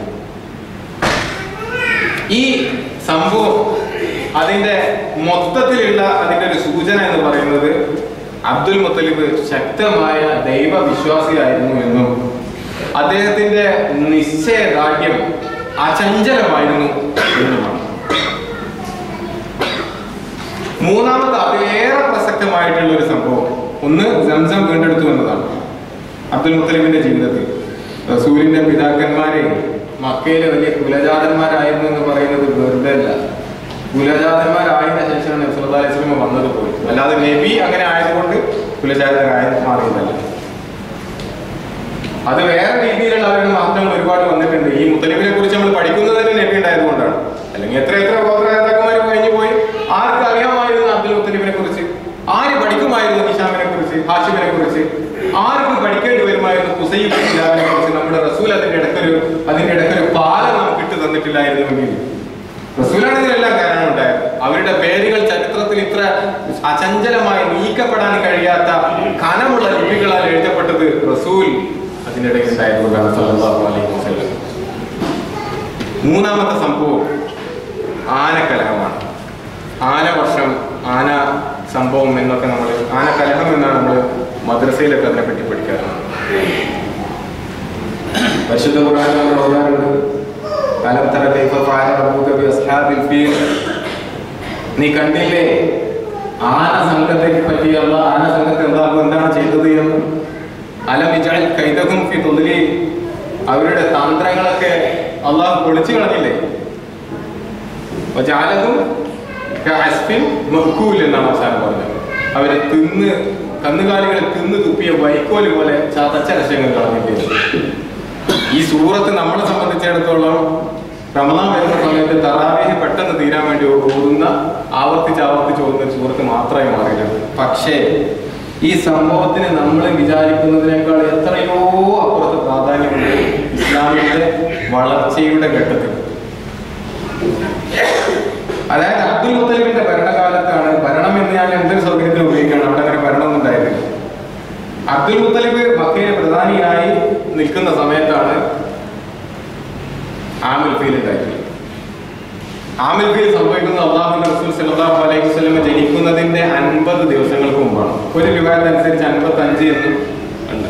എന്തായാലും ഏറെക്കുറെ 50 ദിവസത്തിന്റെ വ്യത്യാസം. ഇത് സംഭവം ഉണ്ടായത് നമ്മൾ അതിന്റെ ചരിത്രം ഒന്ന് വിശദമായിട്ട് മനസ്സിലാക്കണം, എന്നാലേ അതിന്റെ പ്രാധാന്യം കൃത്യമായിട്ട് കിട്ടുള്ളൂ. ചില ഭാഗങ്ങൾ ഞാൻ ഒന്നാമത്തെ ക്ലാസ്സിൽ പറഞ്ഞിരുന്നു. ഒന്നാമത്തെ ക്ലാസ്സിൽ പങ്കെടുത്ത് ശ്രദ്ധിച്ച ആളുകൾക്ക് ചിലപ്പോൾ ഓർമ്മയുണ്ടാവും. അതായത് റോമൻ സാമ്രാജ്യത്തില് ഭരണാധികാരികള് അന്നത്തെ മുസ്ലിങ്ങളായിരുന്ന ക്രിസ്ത്യാനികൾ. നബി വരുവോളം ക്രിസ്ത്യാനികൾ ആരാണ്? മുസ്ലിങ്ങളാണ്. നബി വന്നാൽ അവരെ നബി അംഗീകരിക്കുകയും ചെയ്ത അവർ വീണ്ടും മുസ്ലിങ്ങൾ തന്നെയാണ്. അന്നത്തെ മുസ്ലിങ്ങളായിരുന്ന സത്യക്രിസ്ത്യാനികൾ നാട്ടിൽ നിന്നും പുറത്തേക്ക് ഒളിച്ചു ഓടേണ്ടി വന്നു. അവര് മക്കയുടെ പല ഭാഗത്തും വന്ന് അഭയം പ്രാപിച്ചു. നെജ്റാനിൽ ഒരുപാട് ക്രിസ്ത്യാനികൾ വന്ന് നിന്നിരുന്നു എന്നൊക്കെ നമ്മൾ പറഞ്ഞു. നെജ്റാനിൽ വന്ന് താമസിച്ച ഒരു ക്രിസ്ത്യാനി അയാളുടെ ഒരു വ്യക്തി പ്രഭാവം കൊണ്ട് ആ ആളുകളൊക്കെ അയാളിലേക്ക് ആകർഷിക്കുകയും കൂട്ടമായി ക്രൈസ്തവ മതം സ്വീകരിക്കുകയും ചെയ്തു. അവർ ക്രമേണ നെസ്രാനിയുടെ ശക്തിയായി തീർന്നുകൊണ്ടിരുന്നപ്പോ യമനിൽ അന്ന് ഭരിച്ചിരുന്ന ദൂനവാസ് എന്ന് പറയുന്ന പിൽക്കാലത്ത് യഹൂദിയായി മാറിയ ഭരണാധികാരി അതിൽ ക്ഷുഭിതനാവുകയും നെജ്റാനിൽ അങ്ങനെ ക്രിസ്ത്യൻ സംഘം അങ്ങനെ വളർന്നു വരണ്ട എന്ന് തീരുമാനിച്ചുകൊണ്ട് അവരോട് താക്കീത് കൊടുത്തു. നിങ്ങൾ ക്രിസ്ത്യാനിസത്തിൽ നിന്ന് മടങ്ങി വരണം, യഹൂദിയാവണം, അല്ലെങ്കിൽ നിങ്ങളെ ഞാൻ ശരിപ്പെടുത്തുന്നു. പക്ഷെ അവര് സത്യക്രിസ്ത്യാനികളായിരുന്നു. അവർ വിട്ടുവീഴ്ചക്ക് തയ്യാറായില്ല, വിശ്വാസത്തിൽ ഉറച്ചു നിന്നു. അങ്ങനെ അവരെ വകവരുത്താൻ വേണ്ടിയിട്ട് ദൂനവാസ് കിടങ്ങുകൾ കുഴിച്ചു. ആ കിടങ്ങ് കുഴിച്ചിട്ട് ജീവനോട് അവരതിൽ കത്തിച്ചു. ആ ഉഖ്ദൂദിൽ വെച്ച് പീഡിപ്പിക്കപ്പെട്ട കൂട്ടത്തില് ക്രിസ്ത്യാനികളിൽ നിന്ന് ഒരാള് എങ്ങനെയോ തലനാട്ടിലേക്ക് രക്ഷപ്പെട്ടു ഓടിപ്പോയി അന്നത്തെ റോമൻ സാമ്രാജ്യമായ, അതായത് ഇന്നത്തെ സിറിയയുടെ ഭാഗത്തുള്ള റോമൻ സാമ്രാജ്യത്തിലേക്ക് ഒളിച്ചോടുകയും അവിടെയുള്ള രാജാവ് കൈസറിനോട് ചെന്ന് പരാതി പറഞ്ഞു, ഞങ്ങളുടെ നാട്ടിൽ യമനില് ഒരു ക്രൂരനായ ഭരണാധികാരി വന്നിട്ടുണ്ട്. അയാൾ ദൂനവാസ് എന്ന് പറയുന്നയാൾ ഇങ്ങനെയൊക്കെയാണ് ചെയ്തിട്ടുള്ളത്. നിങ്ങൾ ഞങ്ങൾക്കൊരു സഹായം തരണം, ഞങ്ങളുടെ നാട്ടിൽ നിന്ന് ഇടപെട്ടിട്ട് അയാൾക്ക് ഒരു പാഠം പഠിപ്പിക്കണമെന്ന് ആവശ്യപ്പെട്ടു. പക്ഷെ കൈസർ പറഞ്ഞു, നിങ്ങളും ഞങ്ങളും റോമൻ സാമ്രാജ്യവും യമനും തമ്മിൽ ഭൂമിശാസ്ത്രപരമായി ഒരുപാട് ദൂരമുണ്ടായതുകൊണ്ട് ഞാൻ നിങ്ങൾക്ക് ഞങ്ങളുടെ സൈന്യത്തെ അയക്കുന്നതിന് പകരം ഹബ്ഷയിലെ എത്യോപ്യയിലെ നിങ്ങളുടെ അയൽവാസിയായ എത്യോപ്യയിലെ ഹബ്ഷയിലെ ഭരണാധികാരിയോട് ഞാൻ കത്തയക്കാം, അവര് സൈന്യത്തെ വിട്ട് നിങ്ങളെ സഹായിച്ചോളുമെന്ന്. കൈസർ കത്തയച്ചു ഹബ്ഷയിലെ ഭരണാധികാരിയോട്. ഹബ്ഷയിലെ ഭരണാധികാരി തന്റെ സൈന്യത്തെ ഒരു വിഭാഗത്തെ യമനിലേക്ക് പറഞ്ഞയച്ചു. അറിയാത്ത് എന്ന് പറയുന്ന ഒരാളുടെ നേതൃത്വത്തിലുള്ള ഒരു സൈന്യത്തെ യമനിലേക്ക് പറഞ്ഞയച്ചു. ആ സൈന്യത്തിലെ ഒരു സൈനികൻ മാത്രമായിരുന്നു അബ്രഹത്ത് അൽ-അർഷബ് എന്ന് പറയുന്നയാൾ. ഇവർ യമനിൽ ദൂനവാസിനെ കീഴ്പ്പെടുത്തി. യമനിന്റെ ഭരണാധികാരം അറിയാത്ത് ഏറ്റെടുത്തു. അറിയാത്ത് ഭരണത്തിൽ ഇരിക്കെ ഭരണം അട്ടിമറിച്ചുകൊണ്ട് വെറും സൈനികനായിരുന്ന അബ്രഹത്ത് ഭരണത്തിലേറി അബ്രഹത്തിന്റെ കയ്യിൽ അധികാരമെത്തി. അങ്ങനെ ഹബ്ഷ ഭരണകൂടത്തിന്റെ ഹബ്ഷ സാമ്രാജ്യത്തിന്റെ ഗവർണറായിട്ട് യമനിൽ അബ്രഹത്ത് ഭരിച്ചുകൊണ്ടിരിക്കുന്ന സമയത്ത് അദ്ദേഹം ക്രിസ്ത്യാനിയായിരുന്നു. കൈസർ രാജാവ്, റോമയിലെ കൈസർ രാജാവ് ഹബ്ഷയിലേക്ക് കത്തയക്കാനുള്ള കാരണം അയൽവാസിയാണ് എന്നത് മാത്രമല്ല, ഹബ്ഷയിലെ ആളുകളും ക്രിസ്ത്യാനികളാണ്. ഇവരും നെസ്രാനിൽ നിന്ന് പരാതി പറയാൻ പോയ അവരും ക്രിസ്ത്യാനികളായിരുന്നു. അപ്പൊ അവർ തമ്മിൽ സഹായിക്കാൻ അടുപ്പം കൂടുതലാണല്ലോ എന്ന് ചിന്തിച്ചിട്ട് കൂടിയാണ് ഇങ്ങനെ ഒരു നടപടി എടുത്തത്. അബ്രഹത്ത് ഭരിച്ചുകൊണ്ടിരിക്കുന്ന സമയത്ത് അദ്ദേഹത്തിന് വിവരം കിട്ടി, അറേബ്യയിലുള്ള മുഴുവൻ ആളുകളും യമനിൽ നിന്നും മറ്റു നജിദിന്റെ മറ്റു ഭാഗങ്ങളിൽ നിന്നും ഒക്കെ മക്കയിലുള്ള ഒരു ദേഹമുണ്ട്, അതിന് പോയിട്ടാണ് അവര് വർഷാവർഷം ഹജ്ജ് ചെയ്തുകൊണ്ടിരിക്കുന്നത്. അദ്ദേഹത്തിന് അത് ഒരു സുഖമുള്ളൊരു വിവരമായിരുന്നില്ല. അദ്ദേഹം ഉടൻ തന്റെ മേൽഭരണാധികാരി ഹബ്ഷയിലെ ചക്രവർത്തിക്ക് കത്തെഴുതി, തിരുമേനി, ഞങ്ങളിവിടെ നിങ്ങൾക്ക് വേണ്ടി ഒരു ദേവാലയം പണിയുന്നുണ്ട്. ആ ദേവാലയം അറേബ്യയിൽ എവിടെയുള്ള ദേവാലയത്തെക്കാളും ഏറ്റവും ഉന്നതമായ ഏറ്റവും ഭംഗിയുള്ള ഒരു ദേവാലയമായിരിക്കും. നമ്മൾ ആഗ്രഹിക്കുന്നത് നമ്മുടെ ദേവാലയത്തിലേക്ക് അറബികൾ മുഴുവൻ വരണം, അവരുടെയൊക്കെ ശ്രദ്ധ നമ്മുടെ ദേവാലയത്തിലേക്ക് ആകണം, അറബികളുടെ ദേവാലയം അശ്രദ്ധമായി ഉപേക്ഷിക്കപ്പെടണം എന്ന് ആഗ്രഹിച്ചുകൊണ്ടാണ് ഞാനത് ചെയ്യുന്നത്. അദ്ദേഹം അത് സ്ഥാപിച്ചു കഴിഞ്ഞതിന് ശേഷം കാത്തിരിക്കുകയാണ്. പക്ഷെ അറബികൾ എങ്ങനെ കടവിട്ട് പോകാനാണ്? ഇബ്രാഹിം നബി അലൈഹി സ്വലാത്തു വസ്സലാം അള്ളാഹുവിനോട് പ്രാർത്ഥിച്ചിരിക്കുകയാണ്. ആളുകൾ മുഴുവൻ ഈ കുല്ലി ഫജ്ജിന് അമീക്കുന്ന ഏത് മുക്കുമൂലകളിൽ നിന്നും ഈ ഗേഹത്തിലേക്ക് ആളുകളെ നീ കൊണ്ടുപോകാൻ ഇബ്രാഹിം നബി അലൈഹി സ്വലാത്തു വസ്സലാമിന്റെ വിളി കേട്ടിട്ട് ആളുകൾ ഇങ്ങനെ ഒഴുകിക്കൊണ്ടിരിക്കുക. അത് കഅബയുടെ ഭംഗി നോക്കിയിട്ടോ വലിപ്പം നോക്കിയിട്ടോ അല്ല. സാന്ദർഭികമായി പറയട്ടെ, വിഷയത്തിൽ നിന്ന് കുറച്ച് തെറ്റിപ്പോയെങ്കിൽ പോലും നമ്മൾ കഅബ, മദീന എന്നൊക്കെ കേൾക്കുമ്പോൾ അതിന്റെ യഥാർത്ഥ സത്ത എന്താണ് തിരിച്ചറിഞ്ഞുകൊണ്ട് വേണം അതിനെ ആദരിക്കാൻ. കഅബയുടെ കളർ കറുപ്പ്, അത് ഏത് കാലത്ത് വന്നതാണ്? ഹജ്ജാജിന്റെ കാലത്തോ മറ്റോ വന്നതാണ്. ഇപ്പൊ നമ്മൾ മദീനത്തെ പച്ചക്കുപ്പ എന്ന് പറഞ്ഞിട്ട് ആ പച്ചയിൽ നമ്മുടെ വികാരത്തെ കൂട്ടിക്കെട്ടാറുണ്ട്. അത് ഉസ്മാനി ഭരണാധികാരികൾ വന്ന സമയത്ത് ഉണ്ടാക്കിയതാണ് ആ പച്ചക്കളർ. നമ്മുടെ പ്രാധാന്യം അത് നബി സല്ലല്ലാഹു അലൈഹി വസല്ലം അവിടെ അന്തി ഉറങ്ങുന്നു എന്നതാണ്. കഅബയുടെ ഈ പച്ച കളറോ അല്ലെങ്കിൽ ചന്ദ്രക്കലയോ ഇതൊന്നും ഇസ്ലാമിന്റെ യഥാർത്ഥത്തിലുള്ള ചിഹ്നങ്ങളല്ല. എന്നെഴുതി പച്ച ഇടുന്നെഴുതി ഇസ്ലാമിന് അതിനോടൊരു വൈരുദ്ധ്യമില്ല. പച്ചയാണ്, ചുവപ്പാണ്, എല്ലാം ഇസ്ലാമിലെ കളർ എന്ന രീതിയിൽ പ്രത്യേകിച്ച് അതിനോടൊരു ചായവൊന്നുമില്ല. ചന്ദ്രക്കല എന്നുള്ളത് ഉസ്മാനികളുടെ ഓട്ടോമൻ സാമ്രാജ്യത്തിന്റെ സംഭാവനയാണ്. നമ്മൾ പലരും ചിന്തിക്കാറുണ്ട് ചന്ദ്രക്കല ഇസ്ലാമിന്റെ മാർക്കാണ്. ചരിത്രപരമായി അങ്ങനെയൊന്നുമില്ല. ചുരുക്കി പറഞ്ഞു കഴിഞ്ഞാൽ കഅബയിലേക്ക് ആളുകൾ പോയത് അതിന്റെ ഭംഗി നോക്കിയിട്ടായിരുന്നില്ല. അതുകൊണ്ട് തന്നെ യമനിൽ ഇദ്ദേഹം ഉണ്ടാക്കി വേഗം വെറുതെ കിടക്കുകയാണ് ചെയ്തത്. എന്ന് മാത്രമല്ല, ഇങ്ങനെ ഒരു പണി ഇദ്ദേഹം യമനിൽ ചെയ്തിട്ടുണ്ട് എന്ന് കേട്ടപ്പോൾ കിനാന ഗോത്രത്തിൽപ്പെട്ട ഒരാൾ ഒരു തെറിപ്പടി കൂടെ ചെയ്യുകയുണ്ടായി. രാത്രി കാലത്ത് പോയിട്ട് അദ്ദേഹം കാര്യം സാധിച്ച് ഇയാൾ യമനിൽ ഉണ്ടാക്കിയ ഭംഗിയേറിയ ദേവാലയം വൃത്തിഹീനമാക്കിയിട്ട് തിരിച്ചു പോകും. ഇതുകൂടെ അറിഞ്ഞപ്പോ അബ്രഹത്തിന് കലി തുള്ളി അബ്രഹത്ത് സൈന്യത്തെ ഒരുക്കി തിരിച്ച് കഅബ ആക്രമിക്കാൻ വേണ്ടി ഒരുങ്ങി പുറപ്പെടുകയാണ് ചെയ്തത്.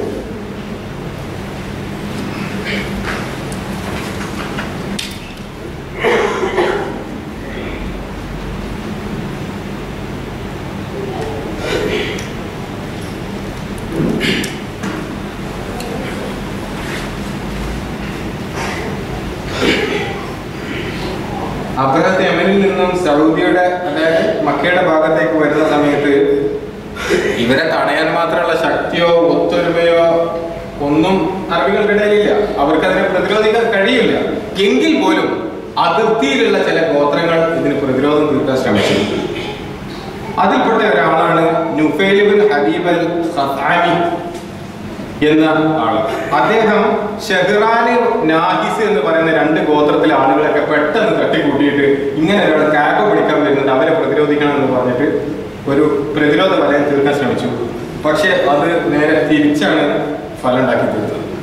ഇദ്ദേഹത്തെ അവർ ബന്ദിയാക്കി പിടിച്ച് ഈ പറഞ്ഞ നുഫൈലിനെ ബന്ദിയാക്കി തീർത്തു എന്ന് മാത്രമല്ല, അദ്ദേഹത്തോട് കൊല്ലാതിരിക്കണമെങ്കിൽ ഉള്ള ഉപാധിയായിട്ട് ഞങ്ങൾക്ക് കഅബയിലേക്കുള്ള വഴി കാണിച്ചു തരണം, ഞങ്ങളുടെ കൂടെ വരാൻ എന്നാലേ പറ്റുള്ളൂ എന്ന്. ആ പാവം അവസാനം കഅബ പൊളിക്കാനുള്ള സൈന്യത്തിന് വഴി കാണിച്ചു കൊടുക്കാൻ വേണ്ടി കൂടെ പോരേണ്ടി വന്നു. ഇവര് നേരെ പോയത് ഈ നുഫൈലിനെ കൂട്ടിയിട്ട് തായിഫിലൂടെയാണ്. തായിഫിൽ എത്തിയപ്പോ തായിഫിന്റെ പരിസര പ്രദേശങ്ങളിൽ എത്തിയപ്പോ തായിഫിലെ സഖീഫ് ഗോത്രക്കാരാണ്. അവര് ബേജാറായി, അവര് പേടിച്ചു പോയി.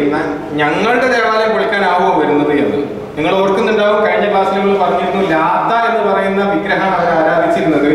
അത് അവരുടെ ഗോത്രമായ സഖീഫ് ഗോത്രത്തിലെ ഒരു ആള് മക്കയിലെ അറഫയിലെ ആളുകൾക്ക് വേണ്ടി പത്തിരി കുഴച്ചു കൊടുത്തിരുന്ന ഒരു പാറ, അതിൽ അദ്ദേഹം മരിച്ചു പോയപ്പോ അതിന്റെ ഉള്ളിൽ കയറിയിരിക്കുന്നത് എന്ന് അംർ ഇബ്നു ലുഹൈ ആളുകൾക്കിടയിൽ കള്ളം പറഞ്ഞ് പ്രചരിപ്പിച്ചു. അദ്ദേഹം ഒരു ദൈവമായി മാറിയതാണ് പിന്നീട്. ആ പാറയാണ് ഈ പറയുന്ന ലാത്ത. ഇബ്നു ഹിശാമിന്റെ ഹാമിഷിൽ പറയുന്ന റിപ്പോർട്ട് അനുസരിച്ച് ലാത്ത കുടികൊള്ളുന്ന തായിഫിലെ ദേവാലയം, തായിഫുകാർക്ക് എപ്പോഴും മക്കയോട് ഒരു ചെറിയൊരു മത്സര ബുദ്ധിയുണ്ട്.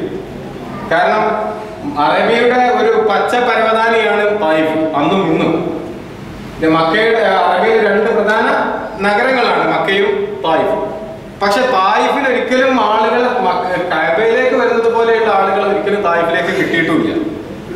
അവർ എന്ത് ലാത്ത വെച്ചിട്ടും എന്ത് ദേവാലയങ്ങൾ ഉണ്ടാക്കിയിട്ടും നടന്നിട്ടുമില്ല. എന്തായാലും അബ്രഹത്തിന്റെ സൈന്യം വന്നപ്പോ തായിഫിലെ സഖീഫ് ഗോത്രക്കാർ പേടിച്ചു, നമ്മുടെ ദേവാലയം പൊളിക്കാനാവോ ഈ വരുന്നത് എന്ന്. അവര് വേഗം ചെന്നിട്ട് ഉടമ്പടി കരാറുണ്ടാക്കി. ഞങ്ങളുടെ ദേവാലയം പൊളിക്കരുത്, നിങ്ങൾ ഉദ്ദേശിച്ച അറബികളുടെ ഗേഹം കഅബ എന്ന് പറയുന്നത് എല്ലാവർക്കും വേറെയാണ്, ഞങ്ങൾ നിങ്ങൾക്ക് കഅബ പൊളിക്കാൻ പോകാൻ വേണ്ടി വഴി കാണിച്ചു തരായിരുന്നു. ഈ നുഫൈലിന്റെ പുറമെ ഒരാളെയും കൂടെ അവരെടുത്തു. ഈ ആളെയും കൂട്ടിയിട്ടാണ് ഇവർ കഅബ പൊളിക്കാൻ വേണ്ടി പോയത്. മുസ്ദലിഫയുടെയും മിനയുടെയും ഇടയ്ക്കെത്തിയപ്പോ ഈ ഞാൻ തുടക്കത്തിൽ പറയാൻ പറ്റുന്നതാണ്, സൈന്യത്തിന്റെ പ്രത്യേകത അതിൽ ആനകൾ ഉണ്ടായിരുന്നു എന്നതാണ്. ആനകൾ ഉണ്ടായിരുന്നു എന്നുള്ളൊരു പ്രത്യേകതയാക്കി പറയാനുള്ള ഒരു കാരണം, മക്കയിൽ മരുഭൂമിയാണ്. ഒരു ആന അവർക്കറിയില്ല. നമ്മൾ ഇന്ത്യക്കാർക്ക് ഒരു ആന വരുന്നത് എന്താ സൈന്യത്തിൽ ആനയുടെ നമ്മുടെ നാട്ടിൽ സുലഭമായി ഉണ്ടായതുകൊണ്ടാണ്. നമുക്കും ആഫ്രിക്കക്കാർക്കൊന്നും ഇത് ആന ഒരു അത്ഭുതമല്ല. പക്ഷെ അവിടെ ആന ഇല്ലാത്ത ഭൂപ്രദേശമായതുകൊണ്ട് ആനയെ കൂട്ടി വരുന്നു. അവർക്ക് എങ്ങനെ ആനയെ കിട്ടി അത് നമ്മൾ ചിന്തിക്കേണ്ടതാണ്. ഇവർ അസ്ലൻ എവിടുത്തുകാരാണ്? ഹബ്ഷക്കാരാണ്. ആഫ്രിക്കയിലെ ഹബ്ഷ എത്യോപ്യയിൽ നിന്ന് വരുന്ന ഭരണകൂടമായതുകൊണ്ട് എത്യോപ്യയിൽ നിന്ന് കൊണ്ടുവന്ന ആന യമനിലെ സൈന്യത്തിൽ ഉണ്ടായി. യമനിൽ നിന്ന് വരുന്ന സൈന്യത്തിൽ സ്വാഭാവികമായപ്പോ ആന ഉണ്ടായിട്ടുണ്ട്. ആന കൂട്ടിയിട്ടാണ് വരുന്നത്. ഈ ആനയുടെ എണ്ണം മാർലിങ്സ് 1 എന്നാണ് പറയുന്നത്. പക്ഷെ ഹിഷാമിലും അതേപോലെ റഹീഖ് മഖ്തൂമിലും ഒക്കെ അതൊക്കെയാണല്ലോ കൂടുതൽ അധികാരം. 19 എന്ന് 13 എന്നൊക്കെ നമ്പർ പറയുന്നുണ്ട്. അതിലൊരു പ്രധാനപ്പെട്ട ആന ഉണ്ടായിരുന്നു, അതിന് മഹ്മൂദ് എന്ന് പേരുണ്ടായിരുന്നു എന്നൊക്കെ ഗ്രന്ഥത്തിൽ കാണും. എന്തായാലും ഈ ആന ആണ് ഈ സൈന്യത്തിന്റെ ഏറ്റവും വലിയ പ്രത്യേകതയായിട്ടുണ്ടായിരുന്നത്. ആനയെ കൂട്ടിയിട്ടുള്ള സൈന്യം മുസ്ദലിഫയുടെയും മിനയുടെയും ഇടയ്ക്കെത്തിയ സമയത്ത് ആന അവിടെ മുട്ടുത്തി. ആന എണീക്കുന്നില്ല. ഇവര് എന്ത് ശ്രമിച്ചിട്ടും എങ്ങനെയൊക്കെ പറഞ്ഞിട്ടും ആന എണീക്കാൻ സമ്മതിക്കുന്നില്ല. കഅബയുടെ ഭാഗത്തേക്കല്ലാതെ കുറച്ച് ഇങ്ങോട്ടോ തിരിച്ചു കഴിഞ്ഞാൽ ആന ഉത്സാഹത്തോടു കൂടി ഉന്മേഷത്തോടു കൂടി എണീറ്റ് നടക്കുന്നുണ്ട്. പല രീതിയിലും ശ്രമിച്ചു നോക്കി, നടന്നില്ല. ഇവരിങ്ങനെ തമ്പടിച്ച് നിൽക്കുന്ന സമയത്താണ് അബ്രഹത്ത് പറഞ്ഞു, മക്കയിലെ ആളുകളോട് ചെന്നിട്ട്, ഞങ്ങൾ യുദ്ധത്തിനൊന്നും വന്നതല്ല, മക്കാരെ കൊല്ലാനൊന്നും ഞങ്ങൾക്ക് ഉദ്ദേശമില്ല, ഞങ്ങൾക്ക് അവിടെ എന്തോ ഒരു ദേവാലയം ഉണ്ടെന്ന് പറഞ്ഞു, അതൊന്നും നിങ്ങൾ പൊളിച്ചു ഞങ്ങൾ തിരിച്ചു പോകും, ഞങ്ങളുടെ പണി വളരെ നിസ്സാരമാണ് എന്നൊന്ന് ചെന്ന് പറയണമെന്ന് പറഞ്ഞു. അവരെ നേതാവിനെ അന്വേഷിച്ചതിൻ്റെ ഒരാൾ സൈന്യാധിപൻ ആളെ പറഞ്ഞു, അബ്രഹത്ത് ആളെ പറഞ്ഞു. അവിടെ വന്ന സമയത്ത് ശരിക്കും മക്കയിൽ ഒരു നേതാവ് ഇല്ല. അങ്ങനെ പറയുന്നത് എന്തുകൊണ്ടാണ്? അധികാരങ്ങൾ 2 രീതിയിൽ വക തിരിച്ചു വെച്ചിരിക്കുകയാണ്. അബ്ദുമനാഫ്, അബ്ദുദ്ദാർ. അബ്ദുമനാഫിന്റെ കീഴിൽ വരുന്ന ഇബ്നു ബനു ഹാശിമിന്റെ പരമ്പരയിൽ വരുന്ന അബ്ദുൽ മുത്തലിബാണ് ഹജ്ജാജിമാർക്ക് ഭക്ഷണം കൊടുക്കുന്നതും വെള്ളം കൊടുക്കുന്നതും മറ്റൊക്കെ എങ്കിലും യുദ്ധത്തിന് കൊടി കെട്ടുന്ന ലിവാദി എന്ന അധികാരം, അതുപോലെ കഅബയെ പരിപാലിക്കുന്ന അധികാരം അത് അബ്ദുദ്ദാറിന്റെ മക്കൾക്കാണ് ഉണ്ടായിരുന്നത്. എങ്കിൽ പോലും അവര് പറഞ്ഞു അബ്ദുൽ മുത്തലിബ് പോകട്ടെ. കുറച്ച് ശ്രദ്ധിക്കേണ്ട ഭാഗങ്ങളാണ്. അധികാര വിഭജനം അനുസരിച്ച് കൊടി കെട്ടാനുള്ള യുദ്ധത്തിന്റെ കാര്യങ്ങൾ ചെയ്യേണ്ടിയിരുന്നത് അബ്ദുദ്ദാറിന്റെ മക്കളാണ്, ബനു ഹാശിമല്ല. എന്നല്ല, ഹിജാബത്ത് കഅബയുടെ പരിപാലനം അവരുടെ കീഴിലാണ് വന്നിരുന്നത്. എന്നിരിക്കെ ഈ ഒരു പ്രശ്നം വന്ന സമയത്ത് അബ്ദുൽ മുത്തലിബിനോട് ഖുറൈശികളെ മൊത്തം പ്രതിനിധീകരിച്ചുകൊണ്ട് അബ്രഹത്തിന്റെ സൈന്യ കൂടാരത്തിലേക്ക് പോകാൻ ആവശ്യപ്പെട്ടു. അബ്ദുൽ മുത്തലിബ് കുറച്ച് മക്കളെയും അതുപോലെ ഖുറൈശികളെ ചില പ്രധാനികളെയൊക്കെ കൂട്ടിയിട്ടാണ് അബ്രഹത്തിന്റെ സൈനിക താവളത്തിലേക്ക് ചെന്നത്. അതിനിടയിൽ അബ്രഹത്തിന്റെ സൈന്യം അവിടെ കണ്ട മുതലൊക്കെ തട്ടിക്കൂട്ടുന്നുണ്ടായിരുന്നു. കൂട്ടത്തിൽ അബ്ദുൽ മുത്തലിബിന്റെ 200 ഒട്ടകങ്ങളും അവർ സ്വന്തമാക്കി വെച്ചിരുന്നു. അബ്ദുൽ മുത്തലിബ് കടന്നു വന്ന സമയത്ത് അബ്രഹത്തിന് ഭാഷ അറിയില്ല, ഇയാളെ കുറിച്ചും ഒന്നും അറിയില്ല, ഇവിടുത്തെ രീതികളോ ഇവിടുത്തെ നേതാവ് ആരാണെന്നോ ഇവരുടെ രീതികളെ കുറിച്ച് ഒന്നും അറിയാത്ത അബ്രഹത്ത് അബ്ദുൽ മുത്തലിബിനെ കണ്ടപ്പോ, നമ്മുടെ വാഫികളെ പറ്റിയൊക്കെ പറയാറുണ്ട്, കണ്ടാൽ തന്നെ ചില നേതാക്കന്മാര് കണ്ടാൽ തന്നെ നേതാവായിരുന്നു, അതിന് പ്രത്യേകിച്ച് സംസാരിക്കേണ്ട ആവശ്യം പോലും വരില്ല. അബ്ദുൽ മുത്തലിബ് വന്ന സമയത്ത് അബ്രഹത്ത് എണീറ്റിട്ട് അബ്രഹത്തിന്റെ ഇരിക്കുന്ന സ്ഥലത്ത് പരവതാനിയിലാണ് അബ്ദുൽ മുത്തലിബിനെ കൊടുത്തിരുത്തിയത്. മുത്തർജിമിനോട് ചോദിച്ചു അദ്ദേഹത്തിന് എന്താണ് പറയാനുള്ളത്. ഞങ്ങൾ യുദ്ധത്തിന് വന്നല്ലാത്ത കാര്യമൊക്കെ പറഞ്ഞേക്കും, ഞങ്ങൾക്ക് ഇതൊന്നും കൊടുക്കേണ്ട ആവശ്യമുള്ളൂ. അബ്ദുൽ മുത്തലിബ് പറഞ്ഞു, എനിക്ക് പറയാനുള്ളത് എൻ്റെ 200 ഒട്ടകങ്ങൾ തിരിച്ചു തരണം. ഇത് കേട്ടതോടുകൂടി അബ്രഹത്തിന് ഈ കണ്ട നേതാവിന്റെ ഗുണമൊക്കെ മണ്ണിടിഞ്ഞു. ഇയാൾ ഇത്രയും വലിയ, ഞാൻ വലിയൊരു ദേവാലയം പൊളിക്കാൻ വന്ന സമയത്ത് തിരിച്ചാവശ്യപ്പെട്ടത് 200 ഒട്ടകം. ഇതാ ഇയാളുടെ നേതൃഗുണം, ഇയാളെ സ്വന്തക്കാരാണല്ലോ നോക്കുന്നത്. അത് തർജുമാൻ പറഞ്ഞു കൊടുത്ത സമയത്ത് അബ്ദുൽ മുത്തലിബ് ചരിത്രം മറക്കാത്ത വാക്കുകൾ പറഞ്ഞു. ഈ 200 ഒട്ടകങ്ങളുടെ റബ്ബ് അതിനെ സൂക്ഷിക്കേണ്ടയാൾ ഞാനാ. ഈ ബൈത്തിന് കഅബക്ക് അത് തടുക്കാൻ റബ്ബുണ്ട്, അത് അവൻ നോക്കിക്കോളും. ഒട്ടകത്തിനെ നോക്കേണ്ട ആൾ ഞാനാ, അതുകൊണ്ട് എന്റെ ഒട്ടകത്തിന് നിങ്ങൾ തിരിച്ചു തന്നേക്കുള്ളൂ.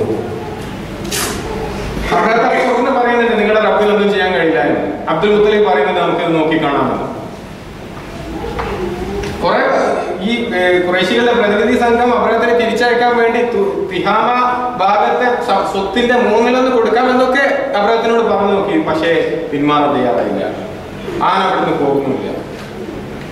പിന്മാറാതെ വാശി പിടിച്ച് നിൽക്കുന്ന സമയത്ത്, കഅബ പൊളിച്ചിട്ടേ പോകൂ എന്ന വാശിയിൽ നിൽക്കുന്ന സമയത്താണ് പെട്ടെന്ന് ആകാശം ഇരുണ്ട് മൂടിയതും എവിടെ നിന്നോ എന്നറിയാത്ത മരുഭൂമിയിൽ കേൾവിയില്ലാത്ത ഒരു പക്ഷി സംഘം വന്ന് ആകാശത്തിൽ നിന്നും തീക്കല്ലുകൾ പൊഴിച്ചുകൊണ്ട്, കൊക്കിൽ നിന്നും കാലിൽ നിന്നും തീക്കല്ലുകൾ വീണുകൊണ്ട് ഓരോ സൈനികരും, കല്ല് വീണവരൊക്കെ ശരീരം തുളച്ച കല്ലുകൾ പോയി മരിച്ചു വീണുകൊണ്ടിരുന്നു. ഇതൊക്കെ ചരിത്രത്തിന് കേട്ടുകേൾവിയല്ല, റസൂൽ സല്ലല്ലാഹു അലൈഹി വസല്ലമയുടെ കൂടെ ജീവിച്ച പല സഹാബത്തിന്റെയും ഹദീസുകളിൽ കാണാം, എന്റെ ഉമ്മ എന്നെയും കൊണ്ട് മക്കത്ത് ഇങ്ങനെ കൊണ്ടുപോകുമ്പോൾ അന്ന് വന്ന ആനകള് കാട്ടിച്ച് ആനപ്പിണ്ടി ഞാൻ കണ്ടിട്ടുണ്ട് എന്നൊക്കെ. അല്ലാഹു സുബ്ഹാനഹു വ തആല നേരിട്ട് ഇടപെടുകയാണ്. അതിനെ പറ്റിയിട്ട് ഇനി നമ്മൾ ആരും സംസാരിക്കേണ്ട. പരിശുദ്ധ ഖുർആനിൽ തന്നെ അലം യജഅൽ കൈദഹും ഫീ തദ്ലീൽ വഅർസല അലൈഹിം തൈറൻ അബാബീൽ തർമീഹിം മിൻ ഹിജാറത്തിൻ മിൻ സിജീൽ ഫജഅലഹും കഅസ്ഫിൻ മഅകൂൽ. അബ്ദുൽ മുത്തലിബ് നേതാവ് പറഞ്ഞതുപോലെ അള്ളാഹുവിന് അറിയാം അതെങ്ങനെ തടുക്കേണ്ടത് എന്ന് പറഞ്ഞ് പോയ അബ്ദുൽ മുത്തലിബ് ഖുറൈശികളോടൊക്കെ പറഞ്ഞിരുന്നു, നിങ്ങളൊക്കെ കാബയുടെ പരിസരത്ത് നിന്ന് പോയിക്കോ, മലമുകളിൽ കയറി ഒളിച്ചെന്നുള്ളൂ, കാരണം അവർ പഠിക്കാൻ വരികയാണ്. ഈ സമയത്താണ് ഇത് സംഭവിക്കുന്നത്. അബ്രഹത്തിനും ഒരുതരം ചൊറിയുടെ ഒരു പകർച്ചവ്യാധി പോലെ കല്ല് വീണവർക്കും വീഴാത്തവർക്കും ഒക്കെ സൈന്യത്തിൽ ആകെ പടർന്ന് പിടിക്കുകയാണ് സുഖം. അവസാനം അബ്രഹത്തെ യമനിൽ തിരിച്ചെത്തുന്നതിന് മുമ്പ് അദ്ദേഹത്തിന്റെ കൈവിരലുകളൊക്കെ പൊഴിഞ്ഞു പോയിരുന്നത്, നെഞ്ചിൽ വളർന്ന് അവസാനം ഹൃദയം പുറത്ത് ചാടി മരിച്ചു എന്നൊക്കെയാണ് ഗ്രന്ഥങ്ങളിൽ കാണുന്നത്. അള്ളാഹുവിന്റെ ഗേഹം അള്ളാഹു സൂക്ഷിക്കുകയായിരുന്നു. ഇവിടെ നമ്മൾ ഒന്ന് തുറന്ന കണ്ണോടുകൂടി കാണേണ്ട ചില കാഴ്ചകളുണ്ട്. ഇത് സംഭവിക്കുന്നത് അള്ളാഹുവിന്റെ റസൂൽ സല്ലല്ലാഹു അലൈഹി വസല്ലം ജനിക്കുന്നതിന്റെ 50 ദിവസങ്ങൾക്ക് മുമ്പാണ്. ഇതിന്റെ പശ്ചാത്തലമാണെങ്കിലോ അന്നത്തെ ലോകം എന്ന് പറയുന്നത് റോമയും പേർഷ്യയുമാണ്. അന്നത്തെ നാഗരികമായി ഉയർന്നു നിൽക്കുന്ന 2 ലോകങ്ങൾ എന്ന് പറയുന്നത് റോമയും പേർഷ്യയുമാണ്. ഈ ഒരു ചെറിയ സംഭവമാണെങ്കിലും അള്ളാഹു അതിന്റെ വേരുകൾ കൊണ്ടുവന്നത് ഈ സകല സാമ്രാജ്യങ്ങളും അറിയുന്ന രൂപത്തിലാണ്. എന്ന് വെച്ച് കഴിഞ്ഞാൽ അറിയാത്ത അവിടെ വരുന്നത് റോമൻ സാമ്രാജ്യം ഇടപെട്ടുകൊണ്ടാണ്. ഹബ്ശക്കാരാണ് അറിയാത്തിനെ പറഞ്ഞയച്ചത്. യമനിലെ ഭരണാധികാരം കൊത്തിയെടുക്കാൻ വേണ്ടി എപ്പോഴും തക്കം പാർത്തിരുന്ന ആൾക്കാരായിരുന്നു പേർഷ്യക്കാർ. പിൽക്കാലത്ത് ഈ അബ്രഹത്തിന്റെ ഈ സംഭവം ഉണ്ടായി വളരെ വൈകാതെ തന്നെ പേർഷ്യക്കാർ യമനെ കീഴ്പ്പെടുത്തുകയും ചെയ്യുകയുണ്ടായി ചരിത്രത്തിൽ. അപ്പോ ഈ സംഭവം ലോകം മുഴുവൻ അറിയാം. സർവ്വ സൈനിക സന്നാഹങ്ങളുള്ള അബ്രഹത്തിന്റെ സൈന്യം ഒന്നുമില്ലാത്ത, പ്രതിരോധിക്കാൻ പോലും നിൽക്കാത്ത മക്കയിലെ ഗോത്രക്കാരുടെ മുമ്പിൽ എങ്ങനെ ഒരു കിളി വന്ന് കീഴ്പ്പെടുത്തിയത്രേ. ഒരു സാങ്കല്പിക കഥ പോലെ അവർക്ക് വിശ്വസിക്കാൻ കഴിയാത്ത അത്ഭുതകരമായ യാഥാർത്ഥ്യമായിരുന്നത്. ഇതിലെന്തോ നമ്മുടെയൊക്കെ ഭാവനക്കപ്പുറത്ത് അള്ളാഹു എന്ന എന്തോ പ്രപഞ്ചത്തിനൊരു ശക്തി അപ്പുറത്തുണ്ട് എന്നൊരു അള്ളാഹുവിന്റെ സാന്നിധ്യം, ഈ സ്ഥലത്തിന്റെ പ്രാധാന്യം അള്ളാഹു കാണിച്ചു കൊടുക്കുകയായിരുന്നു. അതോടുകൂടി മക്കയുടെ മതപരമായ പ്രാധാന്യം കൂടി. കാരണം ഇതെന്തോ ഒരു പ്രത്യേക സ്ഥലമാണ് എന്ന് തിരിച്ചറിഞ്ഞ ആളുകൾ കൂടുതലായി വരാൻ തുടങ്ങി. മക്കയിലെ സാമ്പത്തികമായ കച്ചവട ബന്ധങ്ങൾ കൂടി. കാരണം ആളുകൾ വന്നു തുടങ്ങി, ആളുകൾക്ക് ആവശ്യങ്ങൾ കൂടി. കൂടുതൽ ആളുകൾ വരുമ്പോൾ കൂടുതൽ കച്ചവടം ഉണ്ടാവും സ്വാഭാവികമായും. ലോകം മുഴുവൻ മക്ക എന്ന സ്ഥലത്തെ പറ്റി, കഅബയെ പറ്റി അറിഞ്ഞു.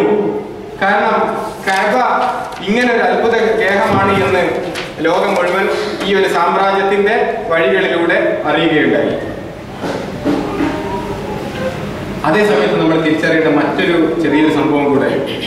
ഇത് യഥാർത്ഥത്തിൽ അബ്രഹത്തിനെ നമ്മൾ കഅബ വിളിക്കാൻ വന്ന ആളെന്നൊക്കെ പറയുന്നുണ്ടെങ്കിലും യഥാർത്ഥത്തിൽ അദ്ദേഹം ക്രിസ്ത്യാനിയായിരുന്നില്ലേ? ക്രിസ്ത്യാനി എന്ന് പറഞ്ഞു കഴിഞ്ഞാൽ അള്ളാഹുവിന്റെ റസൂൽ വരുന്നതിന് മുമ്പുള്ള മുസ്ലിം. അന്നത്തെ അള്ളാഹുവിന്റെ ആളുകൾ മുസ്ലിങ്ങളായിരുന്നില്ലയോ? മുസ്ലിങ്ങൾ കഅബയുടെ നേരെ വന്നപ്പോ അള്ളാഹുവിന് പങ്കു ചേർത്ത് കല്ലുകൾ ആരാധിച്ചു കൊണ്ടിരിക്കുന്ന മുശ്രിക്കീങ്ങളുടെ മുമ്പിൽ അന്നത്തെ മുസ്ലിങ്ങൾ തോറ്റു എന്നതല്ലേ ഫലത്തിൽ വന്നിരിക്കുന്നത്? അവര് ക്രിസ്ത്യാനികളായിരുന്നല്ലോ. നേരെ മറിച്ച് അന്ന് വരെ ഉണ്ടായിരുന്ന കഅബ, ബൈത്തുൽ മഖ്ദിസിൽ എന്താണ് സംഭവിച്ചത്? നേരെ തിരിച്ചാണ്. അതിന്റെ അവകാശികളായിട്ട് ഉണ്ടായിരുന്നത് ക്രിസ്ത്യാനികളാണ്, അതായത് അന്നത്തെ മുസ്ലിങ്ങളാണ്. 1-2 സമയത്ത് മറ്റുള്ള ആളുകൾ വന്ന് തോൽപ്പിച്ചെങ്കിലും അടിസ്ഥാനപരമായി അവരുടെ കയ്യിലായിരുന്നു ഉണ്ടായിരുന്നത്. അപ്പൊ അല്ലാഹു സുബ്ഹാനഹു വ തആല അന്നത്തെ മുസ്ലിങ്ങളായ ക്രിസ്ത്യാനികളെ തോൽപ്പിച്ചുകൊണ്ട് അന്നത്തെ മുശ്രിക്കീങ്ങളായ മക്കക്കാരെ വിജയിപ്പിച്ചത് അല്ലാഹു വഴിയൊരുക്കുകയായിരുന്നില്ലേ? അല്ലാഹു ഈ മക്കയിലെ ആളുകൾ ഇവരെന്തോ പ്രത്യേകക്കാരാണ്. അവരോട് സംസാരിക്കാൻ ചെന്ന അബ്ദുൽ മുത്തലിബ്, ഇയാൾക്ക് എന്തോ പ്രത്യേകതയുണ്ട്. അയാളുടെ മകന്റെ മകനാണ് ഈ ലോകത്തിന് വെളിച്ചം കാണിക്കാൻ വേണ്ടി വരാൻ പോകുന്ന ഇയാള്. ഈ സംഭവം അതുകൊണ്ട് തന്നെ നമ്മൾ വെറുതെ തറാവീഹിൽ ഓതി പോകുന്ന അലംതറ കൈഫ ഫഅല അല്ല ഇത്. ഇസ്ലാമിന്റെ വരവിന് വലിയ പ്രാധാന്യമുണ്ട്. ലോകത്തെ ഇസ്ലാമിന്റെ ശൈശവ ഘട്ടത്തെ, ശൈശവ ദിശയെ നിർണയിച്ച വലിയൊരു സംഭവം തന്നെയായിരുന്നു. അതുകൊണ്ട് തന്നെ ഈ സംഭവത്തിന് ശേഷം ഖുറൈശികളെ അള്ളാഹുവിന്റെ ജനത എന്ന ആളുകൾ വിളിക്കാൻ തുടങ്ങിയിരുന്നു. 50 ദിവസം കഴിഞ്ഞിട്ടാണ് അള്ളാഹുവിന്റെ റസൂല് ആ ജനതയിൽ നിന്നും വരികയും ചെയ്യുന്നത്. അതുകൊണ്ടൊക്കെ തന്നെയാണ് അള്ളാഹുവിന്റെ റസൂൽ സല്ലല്ലാഹു അലൈഹി വസല്ലമ പലപ്പോഴും സ്വന്തവും മറ്റു പല സന്ദർഭങ്ങളിൽ മറ്റുള്ളവരും നബിയെ പറ്റി വിശേഷിപ്പിക്കാറുണ്ടായിരുന്നത് അബ്ദുള്ളയുടെ മകൻ എന്നല്ല, ഇബ്നു അബ്ദുൽ മുത്തലിബ്. മക്ക ഫതഹ് കഴിഞ്ഞ് അതിനെ തുടർന്നുണ്ടായ ഹുനൈൻ യുദ്ധത്തിൽ മുസ്ലിങ്ങളെ ഈ പറഞ്ഞ സഖീഫ് ഗോത്രക്കാർ, നേരത്തെ പറഞ്ഞ തായിഫുകാർ ഒന്നിച്ചു വന്ന് മുസ്ലിങ്ങളെ ആക്രമിച്ച് മുസ്ലിങ്ങളുടെ സൈന്യത്തിന്റെ ചേരികൾക്കിടയിൽ ചിഹ്ന ഭിന്നത സംഭവിച്ച സമയത്ത് എല്ലാവരും പിന്തിരിഞ്ഞോടിയപ്പോ അള്ളാഹുവിന്റെ റസൂൽ സല്ലല്ലാഹു അലൈഹി വസല്ലമ ഉറച്ചു നിന്നിട്ട് റസൂൽ സല്ലല്ലാഹു അലൈഹി വസല്ലം ഉറക്കെ വിളിച്ചു പറഞ്ഞിരുന്നു അത്രേ, അന ഇബ്നു അബ്ദുൽ മുത്തലിബ്, അന ഇബ്നു അബ്ദുൽ മുത്തലിബ്, അന നബിയ്യുൽ കദിബ്. ഞാൻ അബ്ദുൽ മുത്തലിബിന്റെ മോനാണ്, ഞാൻ നബിയാണ്, സത്യമാണിത്, കളവല്ല, ഞാൻ അബ്ദുൽ മുത്തലിബിന്റെ മകനാണ്. എന്തുകൊണ്ട് അബ്ദുൽ മുത്തലിബിന്റെ മകനാണെന്ന് പറഞ്ഞത് എന്നിപ്പോ നമുക്കൊക്കെ വളരെ വ്യക്തമായി. കാരണം അബ്ദുൽ മുത്തലിബ് ആരായിരുന്നു എന്ന് നമ്മളൊക്കെ മനസ്സിലാക്കി കഴിഞ്ഞു. ആ സംഭവത്തെ പറ്റി സഹീഹുൽ ബുഖാരിയിൽ ഉദ്ധരിക്കുന്ന ഒരു ഹദീസ് ഉണ്ട്, പെട്ടെന്ന് വായിച്ചു പോകും. അബീ ഇസ്ഹാഖ് റളിയല്ലാഹു അൻഹു سأل رجل البراء رضي الله عنه فقال يا أبا عمارة أوليتم يوم حنين. അബു അമ്മാറ, നിങ്ങൾ ഹുനൈന്റെ ദിവസത്തിൽ ഹുനൈന്റെ സമയത്ത് തിരിഞ്ഞോടി, യുദ്ധത്തിൽ നിന്ന് തിരിഞ്ഞോടിയിരുന്നു. പറഞ്ഞു, ഞാൻ ഹദീസ് ഉദ്ധരിക്കുന്ന ആൾ പറയാൻ ഞാൻ കേൾക്കുന്നുണ്ട്. അമ്മ റസൂലുള്ളാഹി സ്വല്ലല്ലാഹു അലൈഹി വസല്ലം ഫലം യുവല്ലി യൗമൈദിൻ. എല്ലാവരും ആരോടെ എനിക്കറിയില്ല, പക്ഷെ നബി സല്ലല്ലാഹു അലൈഹി വസല്ലം അന്ന് തിരിഞ്ഞോടിയിട്ടില്ല. കാന അബൂ സുഫിയാൻ ഇബ്നുൽ ഹാരിസ് ഇബ്നുൽ മുത്തലിബ് ابن عبد المطلب آخذا بعران بغلته فلما غشيته المشركون نزل فجعل يقول أنا النبي لا كذب أنا عبد المطلب. നബി സല്ലല്ലാഹു അലൈഹി വസല്ലമയുടെ കഴുതയുടെ കയറ് പിടിച്ചിട്ട് അബൂ സുഫിയാൻ ഇബ്നുൽ ഹാരിസ് ഇബ്നു അബ്ദുൽ മുത്തലിബ് കയറ് പിടിച്ചിങ്ങനെ നിൽക്കുന്നുണ്ടായിരുന്നു. ആ നിൽക്കുന്നിടത്തുനിന്നും വിട്ട് ഖുറൈശികൾ വന്ന് നബിയെ വളഞ്ഞ സമയത്ത് നബി കഴുതപ്പുറത്തുനിന്ന് ഇറങ്ങിയിട്ട് വാള് പിടിച്ചിട്ടാണ് പറഞ്ഞത്, അന ഇബ്നു അബ്ദുൽ മുത്തലിബ് അന നബിയ്യുൽ കദീബ്. ചെറിയൊരു ഒരു ഫോക്കസ് കൂടെ നമ്മൾ ഇവിടെ നിന്ന് കൊടുക്കേണ്ടതുണ്ട്. ഈ കയറ് പിടിച്ച് നിന്ന ആളാരാണ്? അബൂ സുഫിയാൻ ഇബ്നുൽ ഹാരിസ് ഇബ്നു അബ്ദുൽ മുത്തലിബ്. നമ്മൾ നേരത്തെ പറഞ്ഞു അബ്ദുൽ മുത്തലിബിന് സംസം കുഴിക്കുന്ന സമയത്ത് ഒരു മകനുണ്ടായിരുന്നു, മൂത്ത മകൻ ഹാരിസ്, നബിയുടെ എളാപ്പ. ആ ഹാരിസിന്റെ മൂത്താപ്പ നബി സല്ലല്ലാഹു അലൈഹി വസല്ലമയുടെ ഉപ്പയുടെ മൂത്ത സഹോദരന്റെ മകനായ അബൂ സുഫിയാനാണ്. നമ്മൾ അബൂ സുഫിയാൻ എന്ന് പറയുമ്പോൾ പ്രസിദ്ധമായ മറ്റു അബൂ സുഫിയാൻ ഉണ്ട്, നമ്മൾ അങ്ങോട്ട് പോകും. അബൂ സുഫിയാൻ ഇബ്നുൽ ഹാരിസ് ഇബ്നു അബ്ദുൽ മുത്തലിബ്. ഇദ്ദേഹം മുസ്ലിം ആകുന്നത് മക്ക ഫതഹിലേക്ക് നബി ഇങ്ങനെ മാർച്ച് ചെയ്ത് വരുന്ന സമയത്ത് വഴിയിൽ വെച്ച് കണ്ടപ്പോഴാണ്. ഈമാന് തെളിഞ്ഞു വരുന്ന ഒരു രീതി നോക്കണമെന്ന് അപ്പൊ കണ്ടിട്ടേ ഉള്ളൂ, അധികം വൈകിട്ടില്ല. എന്നിട്ടാണ് മുസ്ലിങ്ങൾ ഏറെക്കുറെ തിരിഞ്ഞോടി എന്ന് പറയാവുന്ന ഒരു പശ്ചാത്തലത്തിൽ നബിയുടെ കയറ് പിടിച്ചിട്ട് ഒരിക്കൽ അബ്ദുള്ളാക്ക് നമ്മൾ അങ്ങോട്ട് വരുന്നുണ്ട് ഇൻഷാ അല്ലാഹ്. അപ്പൊ ഇദ്ദേഹത്തിന്റെ പിതാവ് ഹാരിസിന്റെ ദൗത്യം ഒന്നുകൂടെ വ്യക്തമായിട്ട് മനസ്സിലാവും. അപ്പോ അവിടെ നബി സല്ലല്ലാഹു അലൈഹി വസല്ലം സ്വയം പറയുന്നത് എന്താണ്? അന ഇബ്നു അബ്ദുൽ മുത്തലിബ് എന്ന്. അതേപോലെ തന്നെ മറ്റൊരു ഹദീസിൽ കാണാം നബി സല്ലല്ലാഹു അലൈഹി വസല്ലമയെ മറ്റുള്ള ആളുകൾ ഇബ്നു അബ്ദുൽ മുത്തലിബ് എന്ന് ഉദ്ധരിച്ച സമയവും അതും മക്ക ഫതഹിനെ തുടർന്നുണ്ടായ സമയത്താണ്. ബനു സഅദ് ബിൻ ബക്കർ ഗോത്രത്തിലെ വലിയ ഗോത്രമാണ്. അവര് പ്രതിനിധിയായിട്ട് പിന്നെ ഇമാം ഇബ്നു സഅലബ എന്ന് പറയുന്ന ഒരാൾ പറഞ്ഞയച്ചു. അതായത് മക്ക ഫതഹ് കഴിഞ്ഞു, നബി പിന്നെ മക്കയില് എല്ലാവരും കീഴ്പ്പെട്ട് എല്ലാവരും അംഗീകരിച്ച് വലിയ നേതാവായി മാറിക്കഴിഞ്ഞു. ആ സമയത്ത് അറബിയിലെ പ്രാന്ത പ്രദേശങ്ങളിലെ ദൂരദേശങ്ങളിലെ ഗോത്രങ്ങളൊക്കെ ഇങ്ങനെ കേട്ട് വരികയാണ്. ഓരോരുത്തർ ആളെ പറഞ്ഞേക്കണം, എന്തെങ്കിലും ഒരു പുതിയ മതം എന്ന് കേട്ടല്ലോ എന്ന് വെച്ചുകൊണ്ട് ആ കൂട്ടത്തിൽ വന്നയാളാണ് ഇമാം ഇബ്നു സഅലബ. ഇല റസൂലുള്ളാഹി സ്വല്ലല്ലാഹു അലൈഹി വസല്ലം വനാഹ ബഈറഹു അലാ ബാബിൽ മസ്ജിദ് മഅഖലഹു. മദീന വാഹനത്തെ കെട്ടിയിട്ട് കടന്നു വന്നുകൊണ്ട് ചോദിച്ചു, റസൂലുള്ളാഹി സ്വല്ലല്ലാഹു അലൈഹി വസല്ലം ജാലിസൻ ഫി അസ്ഹാബിഹി, റസൂൽ ഇങ്ങനെ സഹാബത്തിന്റെ കൂടെ ഇരിക്കുകയാണ്. വകാന ഇമാം റജുലൻ ജൽദൻ അശ്അറ ഗദീറതൈൻ, അതൊക്കെ പോട്ടെ ഹദീസിന്റെ വിശദാംശങ്ങൾ, അദ്ദേഹത്തിന്റെ ഡ്രസ്സും കോലങ്ങളൊക്കെ പറയുന്നത്. ഹത്താ വഖഫ അലാ റസൂലുള്ളാഹി സ്വല്ലല്ലാഹു അലൈഹി വസല്ലം ഫഖാൽ അയ്യുക്കും ഇബ്നു അബ്ദുൽ മുത്തലിബ്. മദീനത്തെ പള്ളിയിലെ സഹാബത്തിന്റെ കൂടെ അങ്ങനെ ഇരിക്കുന്ന നബിനെ അറിയില്ല, അവർക്ക് പുറത്തുനിന്ന് ഇങ്ങനെ കേട്ട് വന്നതാണ്. ഇങ്ങനെയൊക്കെ വലിയ വലിയ സംഭവങ്ങൾ ഉണ്ടായെന്ന് കേട്ടപ്പോൾ എന്താണ് ഈ പുതിയ മതം ചോദിക്കാൻ വേണ്ടി ബനൂ ബക്കർ ഗോത്രക്കാരെ പറഞ്ഞയച്ച പ്രതിനിധിയാണ് ലിമാമുബിന് താലബ. ലിമാമുബിന് താലബ മദീനത്ത് വന്നിട്ട് നബിയോട് പള്ളിയിൽ വന്നിട്ട് ചോദിക്കുകയാണ്, ആരാണ് ഈ അബ്ദുൽ മുത്തലിബിന്റെ മോനത്തിൽ? നബിയുടെ വലിയ പേരുണ്ട്. എങ്കിൽ പോലും അറേബ്യയിലെ മറ്റ് പ്രദേശങ്ങളിൽ ആകമാനം പേര് കെട്ടിയിരുന്നത് അബ്ദുൽ മുത്തലിബിന്റെ മകൻ എന്നായിരുന്നു. അപ്പൊ അബ്ദുൽ മുത്തലിബിന്റെ വ്യക്തിപ്രഭാവമാണത്. അബ്ദുൽ മുത്തലിബ് വഹിച്ച വലിയ വലിയ കനപ്പെട്ട ദൗത്യങ്ങളുടെ ഒരു ഫലം കൂടിയായിരുന്നു. ഒരു കവി പറഞ്ഞിട്ടുണ്ട്,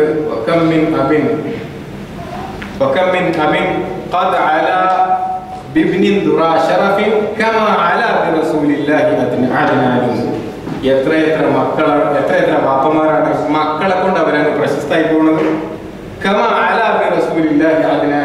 ഈ ആദിനാനെ പറ്റി നമ്മൾ നേരത്തെ പറഞ്ഞ പോലെ ആര് പഠിക്കാനായിരുന്നു ഈ റസൂലില്ലായിരുന്നെങ്കിൽ, നബിയുടെ കാരണം കൊണ്ട് അദ്നാൻ വലിയ ആളായതുപോലെ. എന്റെ സമയം അതിക്രമിച്ചിട്ട് നമുക്ക് പെട്ടെന്ന് നബി സല്ലല്ലാഹു അലൈഹി വസല്ലമയുടെ പിതാവിനെ കുറിച്ച് കൂടെ പറഞ്ഞുകൊണ്ട് പെട്ടെന്ന് നിർത്താം. ഈ അബ്ദുൽ മുത്തലിബിന്റെ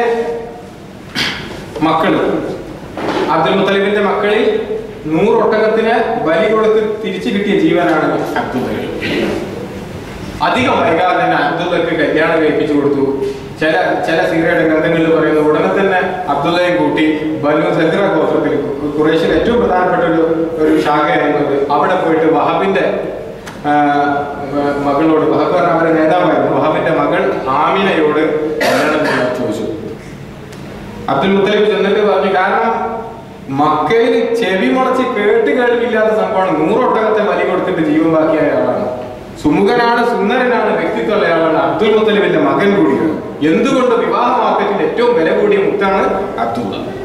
അബ്ദുള്ളയെ കൂടി സഹ്റയുടെ ബനൂ സഹ്റ ഗോത്രത്തിന്റെ നേതാവ് വഹബിന്റെ മകളെ അമിനെ ചോദിച്ച സമയത്ത് അവർക്ക് പെട്ടെന്ന് സമ്മതമായി. ചില റിവായത്തനുസരിച്ച് അദ്ദേഹത്തെ അമിന റളിയല്ലാഹു അൻഹയുടെ പിതാവ് മരണപ്പെട്ടിരുന്നു എന്നും അമ്മാവന്റെ വീട്ടിലായിരുന്നു എന്നൊക്കെ പറയുന്നത് പ്രധാനമല്ല. എങ്കിൽ പോലും കല്യാണം ചെന്ന് ചോദിച്ചു, കല്യാണം സമ്മതിച്ചു. ഈ ആമിന റളിയല്ലാഹു അൻഹയുടെ പിതൃവ്യന്റെ മകൾ ഹാലയെ അബ്ദുൽ മുത്തലിബും അതേ സമയത്ത് കല്യാണം കഴിച്ചു. അന്ന് അവിടെ പ്രായം കൂടി കല്യാണം കഴിക്കാന്നുള്ളൊന്നും രീതിയൊന്നും ഉണ്ടായിരുന്നില്ല. 70 വയസ്സായ ആള് ചെറിയ കുട്ടിനെ കല്യാണം കഴിക്കും, നേരെ തിരിച്ചും ആലോചിക്കണം. അത് മാത്രമേ കുറ്റം മാത്രം പറയരുത്. 25 വയസ്സുള്ള ആള് 45-50 വയസ്സുള്ള സ്ത്രീയും കല്യാണം കഴിക്കും. വിധവയാണോ പ്രശ്നമില്ല. അതുകൊണ്ട് അവിടെ അതാണ് യഥാർത്ഥത്തിലുള്ള ശരിയായ രീതി. നമ്മൾ പിന്നെ വിധവയായി കഴിഞ്ഞാൽ പിന്നെ കല്യാണം കഴിക്കാതിരിക്കുക, എന്തെങ്കിലും നിർഭാഗ്യമായ സാഹചര്യത്തിൽ ഒഴിവാക്കിയാൽ പിന്നെ അവർക്ക് ജീവിതം നിഷേധിക്കുക എന്ന രീതിയല്ല. അത് മറ്റൊരു വിഷയമാണ്. നമുക്ക് ഇൻഷാ അല്ലാഹ് നബി സല്ലല്ലാഹു അലൈഹി വസല്ലമയുടെ കല്യാണത്തിന് വിശദമായി ആ വിഷയം പറയാനുണ്ട്. നബി സല്ലല്ലാഹു അലൈഹി വസല്ലമയുടെ പിതാവ് അബ്ദുള്ളയുടെ കല്യാണം ആമിന ബീവിയുമായി നടന്നു. അതേ ദിവസം തന്നെ അബ്ദുൽ മുത്തലിബിന്റെ വിവാഹം ഹാലയുമായി നടന്നു. എന്നിട്ട് അതിലുണ്ടായി ഹാലയും അബ്ദുൽ മുത്തലിബും തമ്മിലുള്ള വിവാഹ ബന്ധത്തിൽ ഉണ്ടായ കുട്ടിയാണ് ഹംസ. റളിയല്ലാഹു അൻഹു. അബ്ദുൽ മുത്തലിബിന്റെ മകൻ അബ്ദുള്ള, ആമിന വിവാഹം കഴിഞ്ഞു. അവര് മക്കത്ത് വളരെ കുറഞ്ഞ ദിവസങ്ങളിൽ കൂടി കഴിഞ്ഞിട്ടുള്ളൂ. ചില റിവായത്തുകളിൽ 5 ദിവസം എന്നൊക്കെ പറയുന്നുണ്ട്. ഉടനെ തന്നെ ഒരു റിവായത്തനുസരിച്ച് മദീനയിൽ ചെന്ന് കുറച്ച് ഈത്തപ്പഴം കൊണ്ടുവരാൻ വേണ്ടിയിട്ട് അബ്ദുൽ മുത്തലിബ് മകനെ പറഞ്ഞയച്ചു. മറ്റൊരു റിവായത്തനുസരിച്ച്, പ്രധാനമായ റിവായത്തനുസരിച്ച് അദ്ദേഹം കച്ചവട സംഘത്തിന് ഷാമിലേക്ക് പുറപ്പെട്ടു. അബ്ദുള്ള ഷാമിലേക്ക് കച്ചവടത്തിന് പുറപ്പെട്ടു. തിരിച്ചു വരുന്ന വഴിയിൽ യാത്രാ സംഘത്തോട് പറഞ്ഞു, ഞാൻ എൻ്റെ അമ്മാവന്മാരുടെ അടുത്ത്, അതായത് മദീനത്ത് ഒന്ന് വിശ്രമിക്കണം എന്ന് പറഞ്ഞുകൊണ്ട് അവിടെ കുറച്ച് ദിവസം തങ്ങിയിട്ട് വരാമെന്ന് പറഞ്ഞ് അവിടെ ഇറങ്ങി. അസുഖം വന്നു സമയത്ത് മക്കത്ത് വിവരമെത്തി. അബ്ദുൽ മുത്തലിബ് തന്റെ മൂത്ത മകനായ ഹാരിസിനോട്, നേരത്തെ പറഞ്ഞ അബൂ സുഫിയാന്റെ വാപ്പ ഹാരിസിനോട് വിവരം പറഞ്ഞു. ഹാരിസിനെ ഉടൻ പറഞ്ഞയച്ചു മദീനത്തേക്ക്. ഹാരിസ് എത്തുമ്പോഴേക്കും അബ്ദുള്ള മരണപ്പെട്ടുപോയിരുന്നു. പിന്നെ അവിടെ മറമാടപ്പെടുകയും ചെയ്തു. അബ്ദുള്ളക്ക് അന്ന് 25 വയസ്സ് മാത്രമാണ് ഉണ്ടായിരുന്നത്. ഞാൻ ചില വിശദാംശങ്ങൾ കട്ട് ചെയ്തിട്ടാണ് പറയുന്നത്, സമയം ഇതായതുകൊണ്ട്. ചെറിയത് വിട്ടുപോയത് ഇനി തിരിച്ചു വരാൻ കഴിയില്ല വിഷയത്തിന്റെ ഓർഡറിലായതുകൊണ്ട് നമ്മൾ ഇവിടെ തന്നെ പറഞ്ഞു പോവാണ്. അബ്ദുള്ള അള്ളാഹു റസൂലിന്റെ പിതാവ് അബ്ദുള്ള വിവാഹം ആമിനയോട് ആലോചിക്കുന്ന സമയത്ത് അതിന് പോകുന്ന വഴിയിൽ വെച്ച് ഫുതൈല എന്ന് പറയുന്ന വറഖത്ത് ഇബ്നു നൗഫലിന്റെ പെങ്ങൾ സ്വന്തം വന്ന് എന്നെ കല്യാണം കഴിക്കുമോ എന്ന് ചോദിച്ച ഒരു ചെറിയ ഒരു സംഭവം ചില സീറയുടെ ഗ്രന്ഥങ്ങളുണ്ട്. ആ റിവായത്തിന് അത്ര തന്നെ ശക്തിയില്ല എന്ന് പറയുന്ന മറുവിഭാഗമുണ്ട്. എങ്കിൽ പോലും ഫുതൈല വഴിയിൽ വന്നിട്ട് അബ്ദുള്ളയോട് ചോദിച്ചു നിങ്ങൾ എന്നെ കല്യാണം കഴിക്കണമെന്ന്. പക്ഷെ അദ്ദേഹം പറഞ്ഞു ഞാൻ എന്റെ പിതാവ് പറഞ്ഞതേ ചെയ്യുള്ളൂ. അബ്ദുൽ മുത്തലിബ് എന്റെ ബാപ്പ എന്നെയും കൊണ്ട് പോകട്ടെ, പിതാവ് പറഞ്ഞവരെ ഞാൻ കല്യാണം കഴിക്കുള്ളൂ എന്ന് പോയി. തിരിച്ച് കല്യാണം ഉറപ്പിച്ചു വരുന്ന കല്യാണം കഴിഞ്ഞതിന് ശേഷം പിന്നീട് ഒരിക്കൽ ഫുതൈലയെ കണ്ടപ്പോ നീ എന്നോട് ഇപ്പൊ എന്താ കല്യാണം കഴിക്കാൻ ചോദിക്കാത്തതെന്ന് ചോദിച്ചപ്പോ ഫുതൈല മറുപടി പറഞ്ഞു അന്ന് നിന്നെ കണ്ടപ്പോ ഒരു വെളിച്ചം നിന്റെ മുഖത്തുണ്ടായിരുന്നു, ഇന്നത് നഷ്ടപ്പെട്ടിരിക്കുന്നു എന്ന്.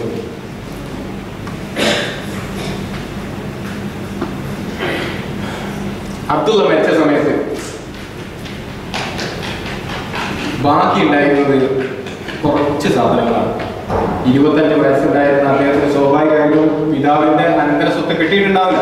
അബ്ദുൽ മുത്തലിബ് വലിയ സ്വത്തുള്ള ആളാണ്, പക്ഷെ അനന്തര സ്വത്ത് ബാപ്പ ജീവിച്ചിരിക്കാൻ കിട്ടൂലല്ലോ. അതുകൊണ്ട് അദ്ദേഹം യുവാവുമായിരുന്നു, ഇനിയും ജീവിച്ചിരിക്കുമ്പോൾ സമ്പാദിക്കാനുള്ള സാഹചര്യങ്ങൾ മുമ്പിൽ ഉണ്ടായിരുന്നു. പക്ഷെ പെട്ടെന്നുള്ള മരണമായതുകൊണ്ട് ഒന്നും കയ്യിലുണ്ടായിരുന്നില്ല. ആകെ ബാക്കി ഉണ്ടായിരുന്നത് 5 ഒട്ടകങ്ങളും ഒരു ചെറിയ കൂട്ടം ആടുകളും പിന്നെ ഒരു അടിമസ്ത്രീയായിരുന്നു, ഹബ്ശക്കാരിയായ ആഫ്രിക്കക്കാരിയായ ബറക്ക എന്ന പേരുള്ള ഒരു അടിമസ്ത്രീയുമായിരുന്നു അബ്ദുള്ളക്ക് ബാക്കിയായി അനന്തര സ്വത്തായിട്ട് ബാക്കിയുണ്ടായിരുന്നു.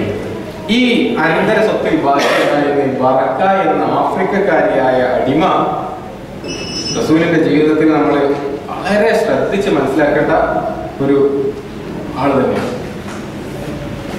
നിങ്ങൾക്കൊരു 10 മിനിറ്റും കൂടെ ഇരിക്കാൻ പറ്റുമെങ്കിൽ ഞാൻ അതും കൂടി പറയാം. 10 മിനിറ്റും കൂടെ വൈകിയ പ്രശ്നമില്ലെങ്കിൽ അടുത്ത ക്ലാസ്സിൽ കാണാം. നാളെ ഡ്യൂട്ടിയിലാണ് എനിക്കൊണ്ട് നിങ്ങൾക്കൊക്കെ ഉണ്ട്. ഓക്കെ, ഞാൻ വളരെ പെട്ടെന്ന് ഒഴിവാക്കാം.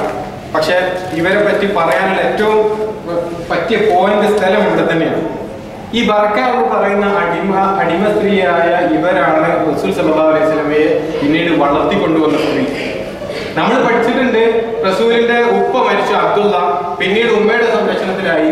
6 വയസ്സായ സമയത്ത് ഉമ്മ മരിച്ചുപോയി. പിന്നീട് എന്താണ് അബ്ദുൽ മുത്തലിബ് വല്ലിപ്പ ഏറ്റെടുത്തു. വല്ലിപ്പ മരിച്ചപ്പോൾ അബൂ താലിബ് എളാപ്പ ഏറ്റെടുത്തു എന്നൊക്കെ നമുക്കറിയാം. എളാപ്പയും വല്ലിപ്പയും ഏറ്റെടുത്തിട്ട് ഒരു കുട്ടിക്ക് വളരാൻ കഴിയില്ല. ഒരു സ്ത്രീ വേണം, ഒരു പെണ്ണിന്റെ സംരക്ഷണം ഇല്ലാത്ത ഒരു കുട്ടിക്ക് വളരാൻ കഴിയില്ല. ആ ദൗത്യം മുഴുവനായിട്ട് ചെയ്ത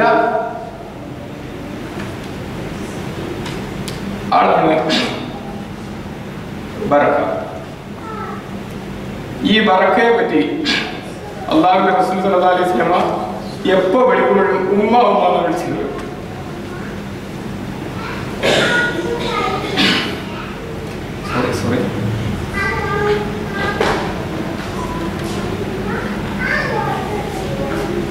റസൂല് ഖദീജ ബീവിയെ 25-ാമത്തെ വയസ്സിൽ കല്യാണം കഴിക്കുന്ന ദിവസം റസൂല് ശ്രദ്ധിച്ചൊരു കാര്യം നോക്കണം. നിങ്ങൾ ഈ ബറക്കയെ കൊണ്ട് മറ്റൊരാളെ കൊണ്ട് കല്യാണം കഴിപ്പിച്ചു.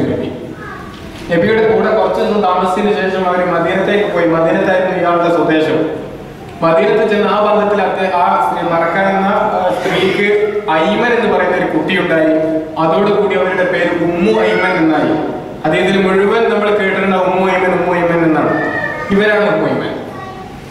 ഈ ഉമ്മു ഐമൻ മദീനയിൽ താമസിക്കുമ്പോൾ ഭർത്താവ് മരിച്ചുപോയി. മകനെ കൂട്ടി ഇവരെ എവിടുക്കാൻ തിരിച്ചു വരിക? നബിയുടെ വീട്ടിലേക്ക്. നബിയുടെ വീട്ടിലേക്ക് തിരിച്ചു വന്ന സമയത്ത് നബി സഹാബത്തിനെ വിളിച്ചിട്ട് ചോദിച്ചു, നിങ്ങൾക്ക് ആർക്കാ സ്വർഗത്തിൽ കിടക്കുന്ന ഉറപ്പുള്ള ഒരു സ്ത്രീയെ കല്യാണം കഴിക്കേണ്ടത്? ഉടനെ നബിയുടെ വളർത്തുപുത്രനായിരുന്ന, ഒരു സമയത്തോളം ഖുർആൻ നിരോധിക്കുന്നത് വരെ വളർത്തുപുത്രനായിരുന്ന സയ്യിദ് ബിൻ ഹാരിസ റളിയല്ലാഹു അൻഹു ആണ് ഇവരെ വിവാഹം കഴിച്ചത്. ആ വിവാഹത്തിൽ ഉണ്ടായ കുട്ടിയാണ് ഉസാമ റളിയല്ലാഹു അൻഹു. ആ ഉസാമയാണ് അല്ലാഹുവിന്റെ റസൂൽ സല്ലല്ലാഹു അലൈഹി വസല്ലം വഫാത്താക്കുന്ന സമയത്ത് വൈകിക്കരുത്, ഈ യുദ്ധത്തിന്റെ നേതാവായിട്ട് ഉസാമയെ വെച്ചിട്ടുണ്ട്, വേഗം പറഞ്ഞയക്കണമെന്ന വസിയത്തോടുകൂടി അബൂബക്കർ റളിയല്ലാഹു അൻഹു മറ്റെല്ലാം ചെയ്യുന്നതിന് മുമ്പ് അവരൊക്കെ ഉണ്ടായിരിക്കെ അടിമയുടെ ബന്ധത്തിലുണ്ടായിരുന്ന ഉസാമ റളിയല്ലാഹു അൻഹുവിനെ അവരുടെ ഒക്കെ സാന്നിധ്യത്തിൽ വെച്ച് നേതാവാക്കിയിട്ട് യുദ്ധത്തിന് പറഞ്ഞയക്കുകയുണ്ടായി. യുദ്ധത്തിൽ ഇങ്ങനെ പോകുന്ന സമയത്ത് ഉസാമ റളിയല്ലാഹു അൻഹുവിന് ബുദ്ധിമുട്ട്. കാരണം അബൂബക്കർ റളിയല്ലാഹു അൻഹു നടക്കുക, അദ്ദേഹം വാഹനപ്പുറത്ത്. അപ്പൊ അബൂബക്കർ റളിയല്ലാഹു അൻഹുവിനോട് പറഞ്ഞു, നിങ്ങൾ ഒന്നുകിൽ കാരണം അല്ലെങ്കിൽ ഞാൻ ഇറങ്ങണമെന്ന്. അബൂബക്കർ റളിയല്ലാഹു അൻഹു ദേഷ്യപ്പെടുത്തിട്ട് ചോദിച്ചു, അള്ളാഹുവിന്റെ മാർഗത്തിൽ ഞാനൊരു 4 അടി വെച്ചോട്ടെ അതിനെ പറ്റിയിട്ട് ഇനി വിശദമായിട്ട് പറയാനുണ്ട്, പക്ഷെ നമ്മുടെ സമയം അനുവദിക്കുകയില്ല.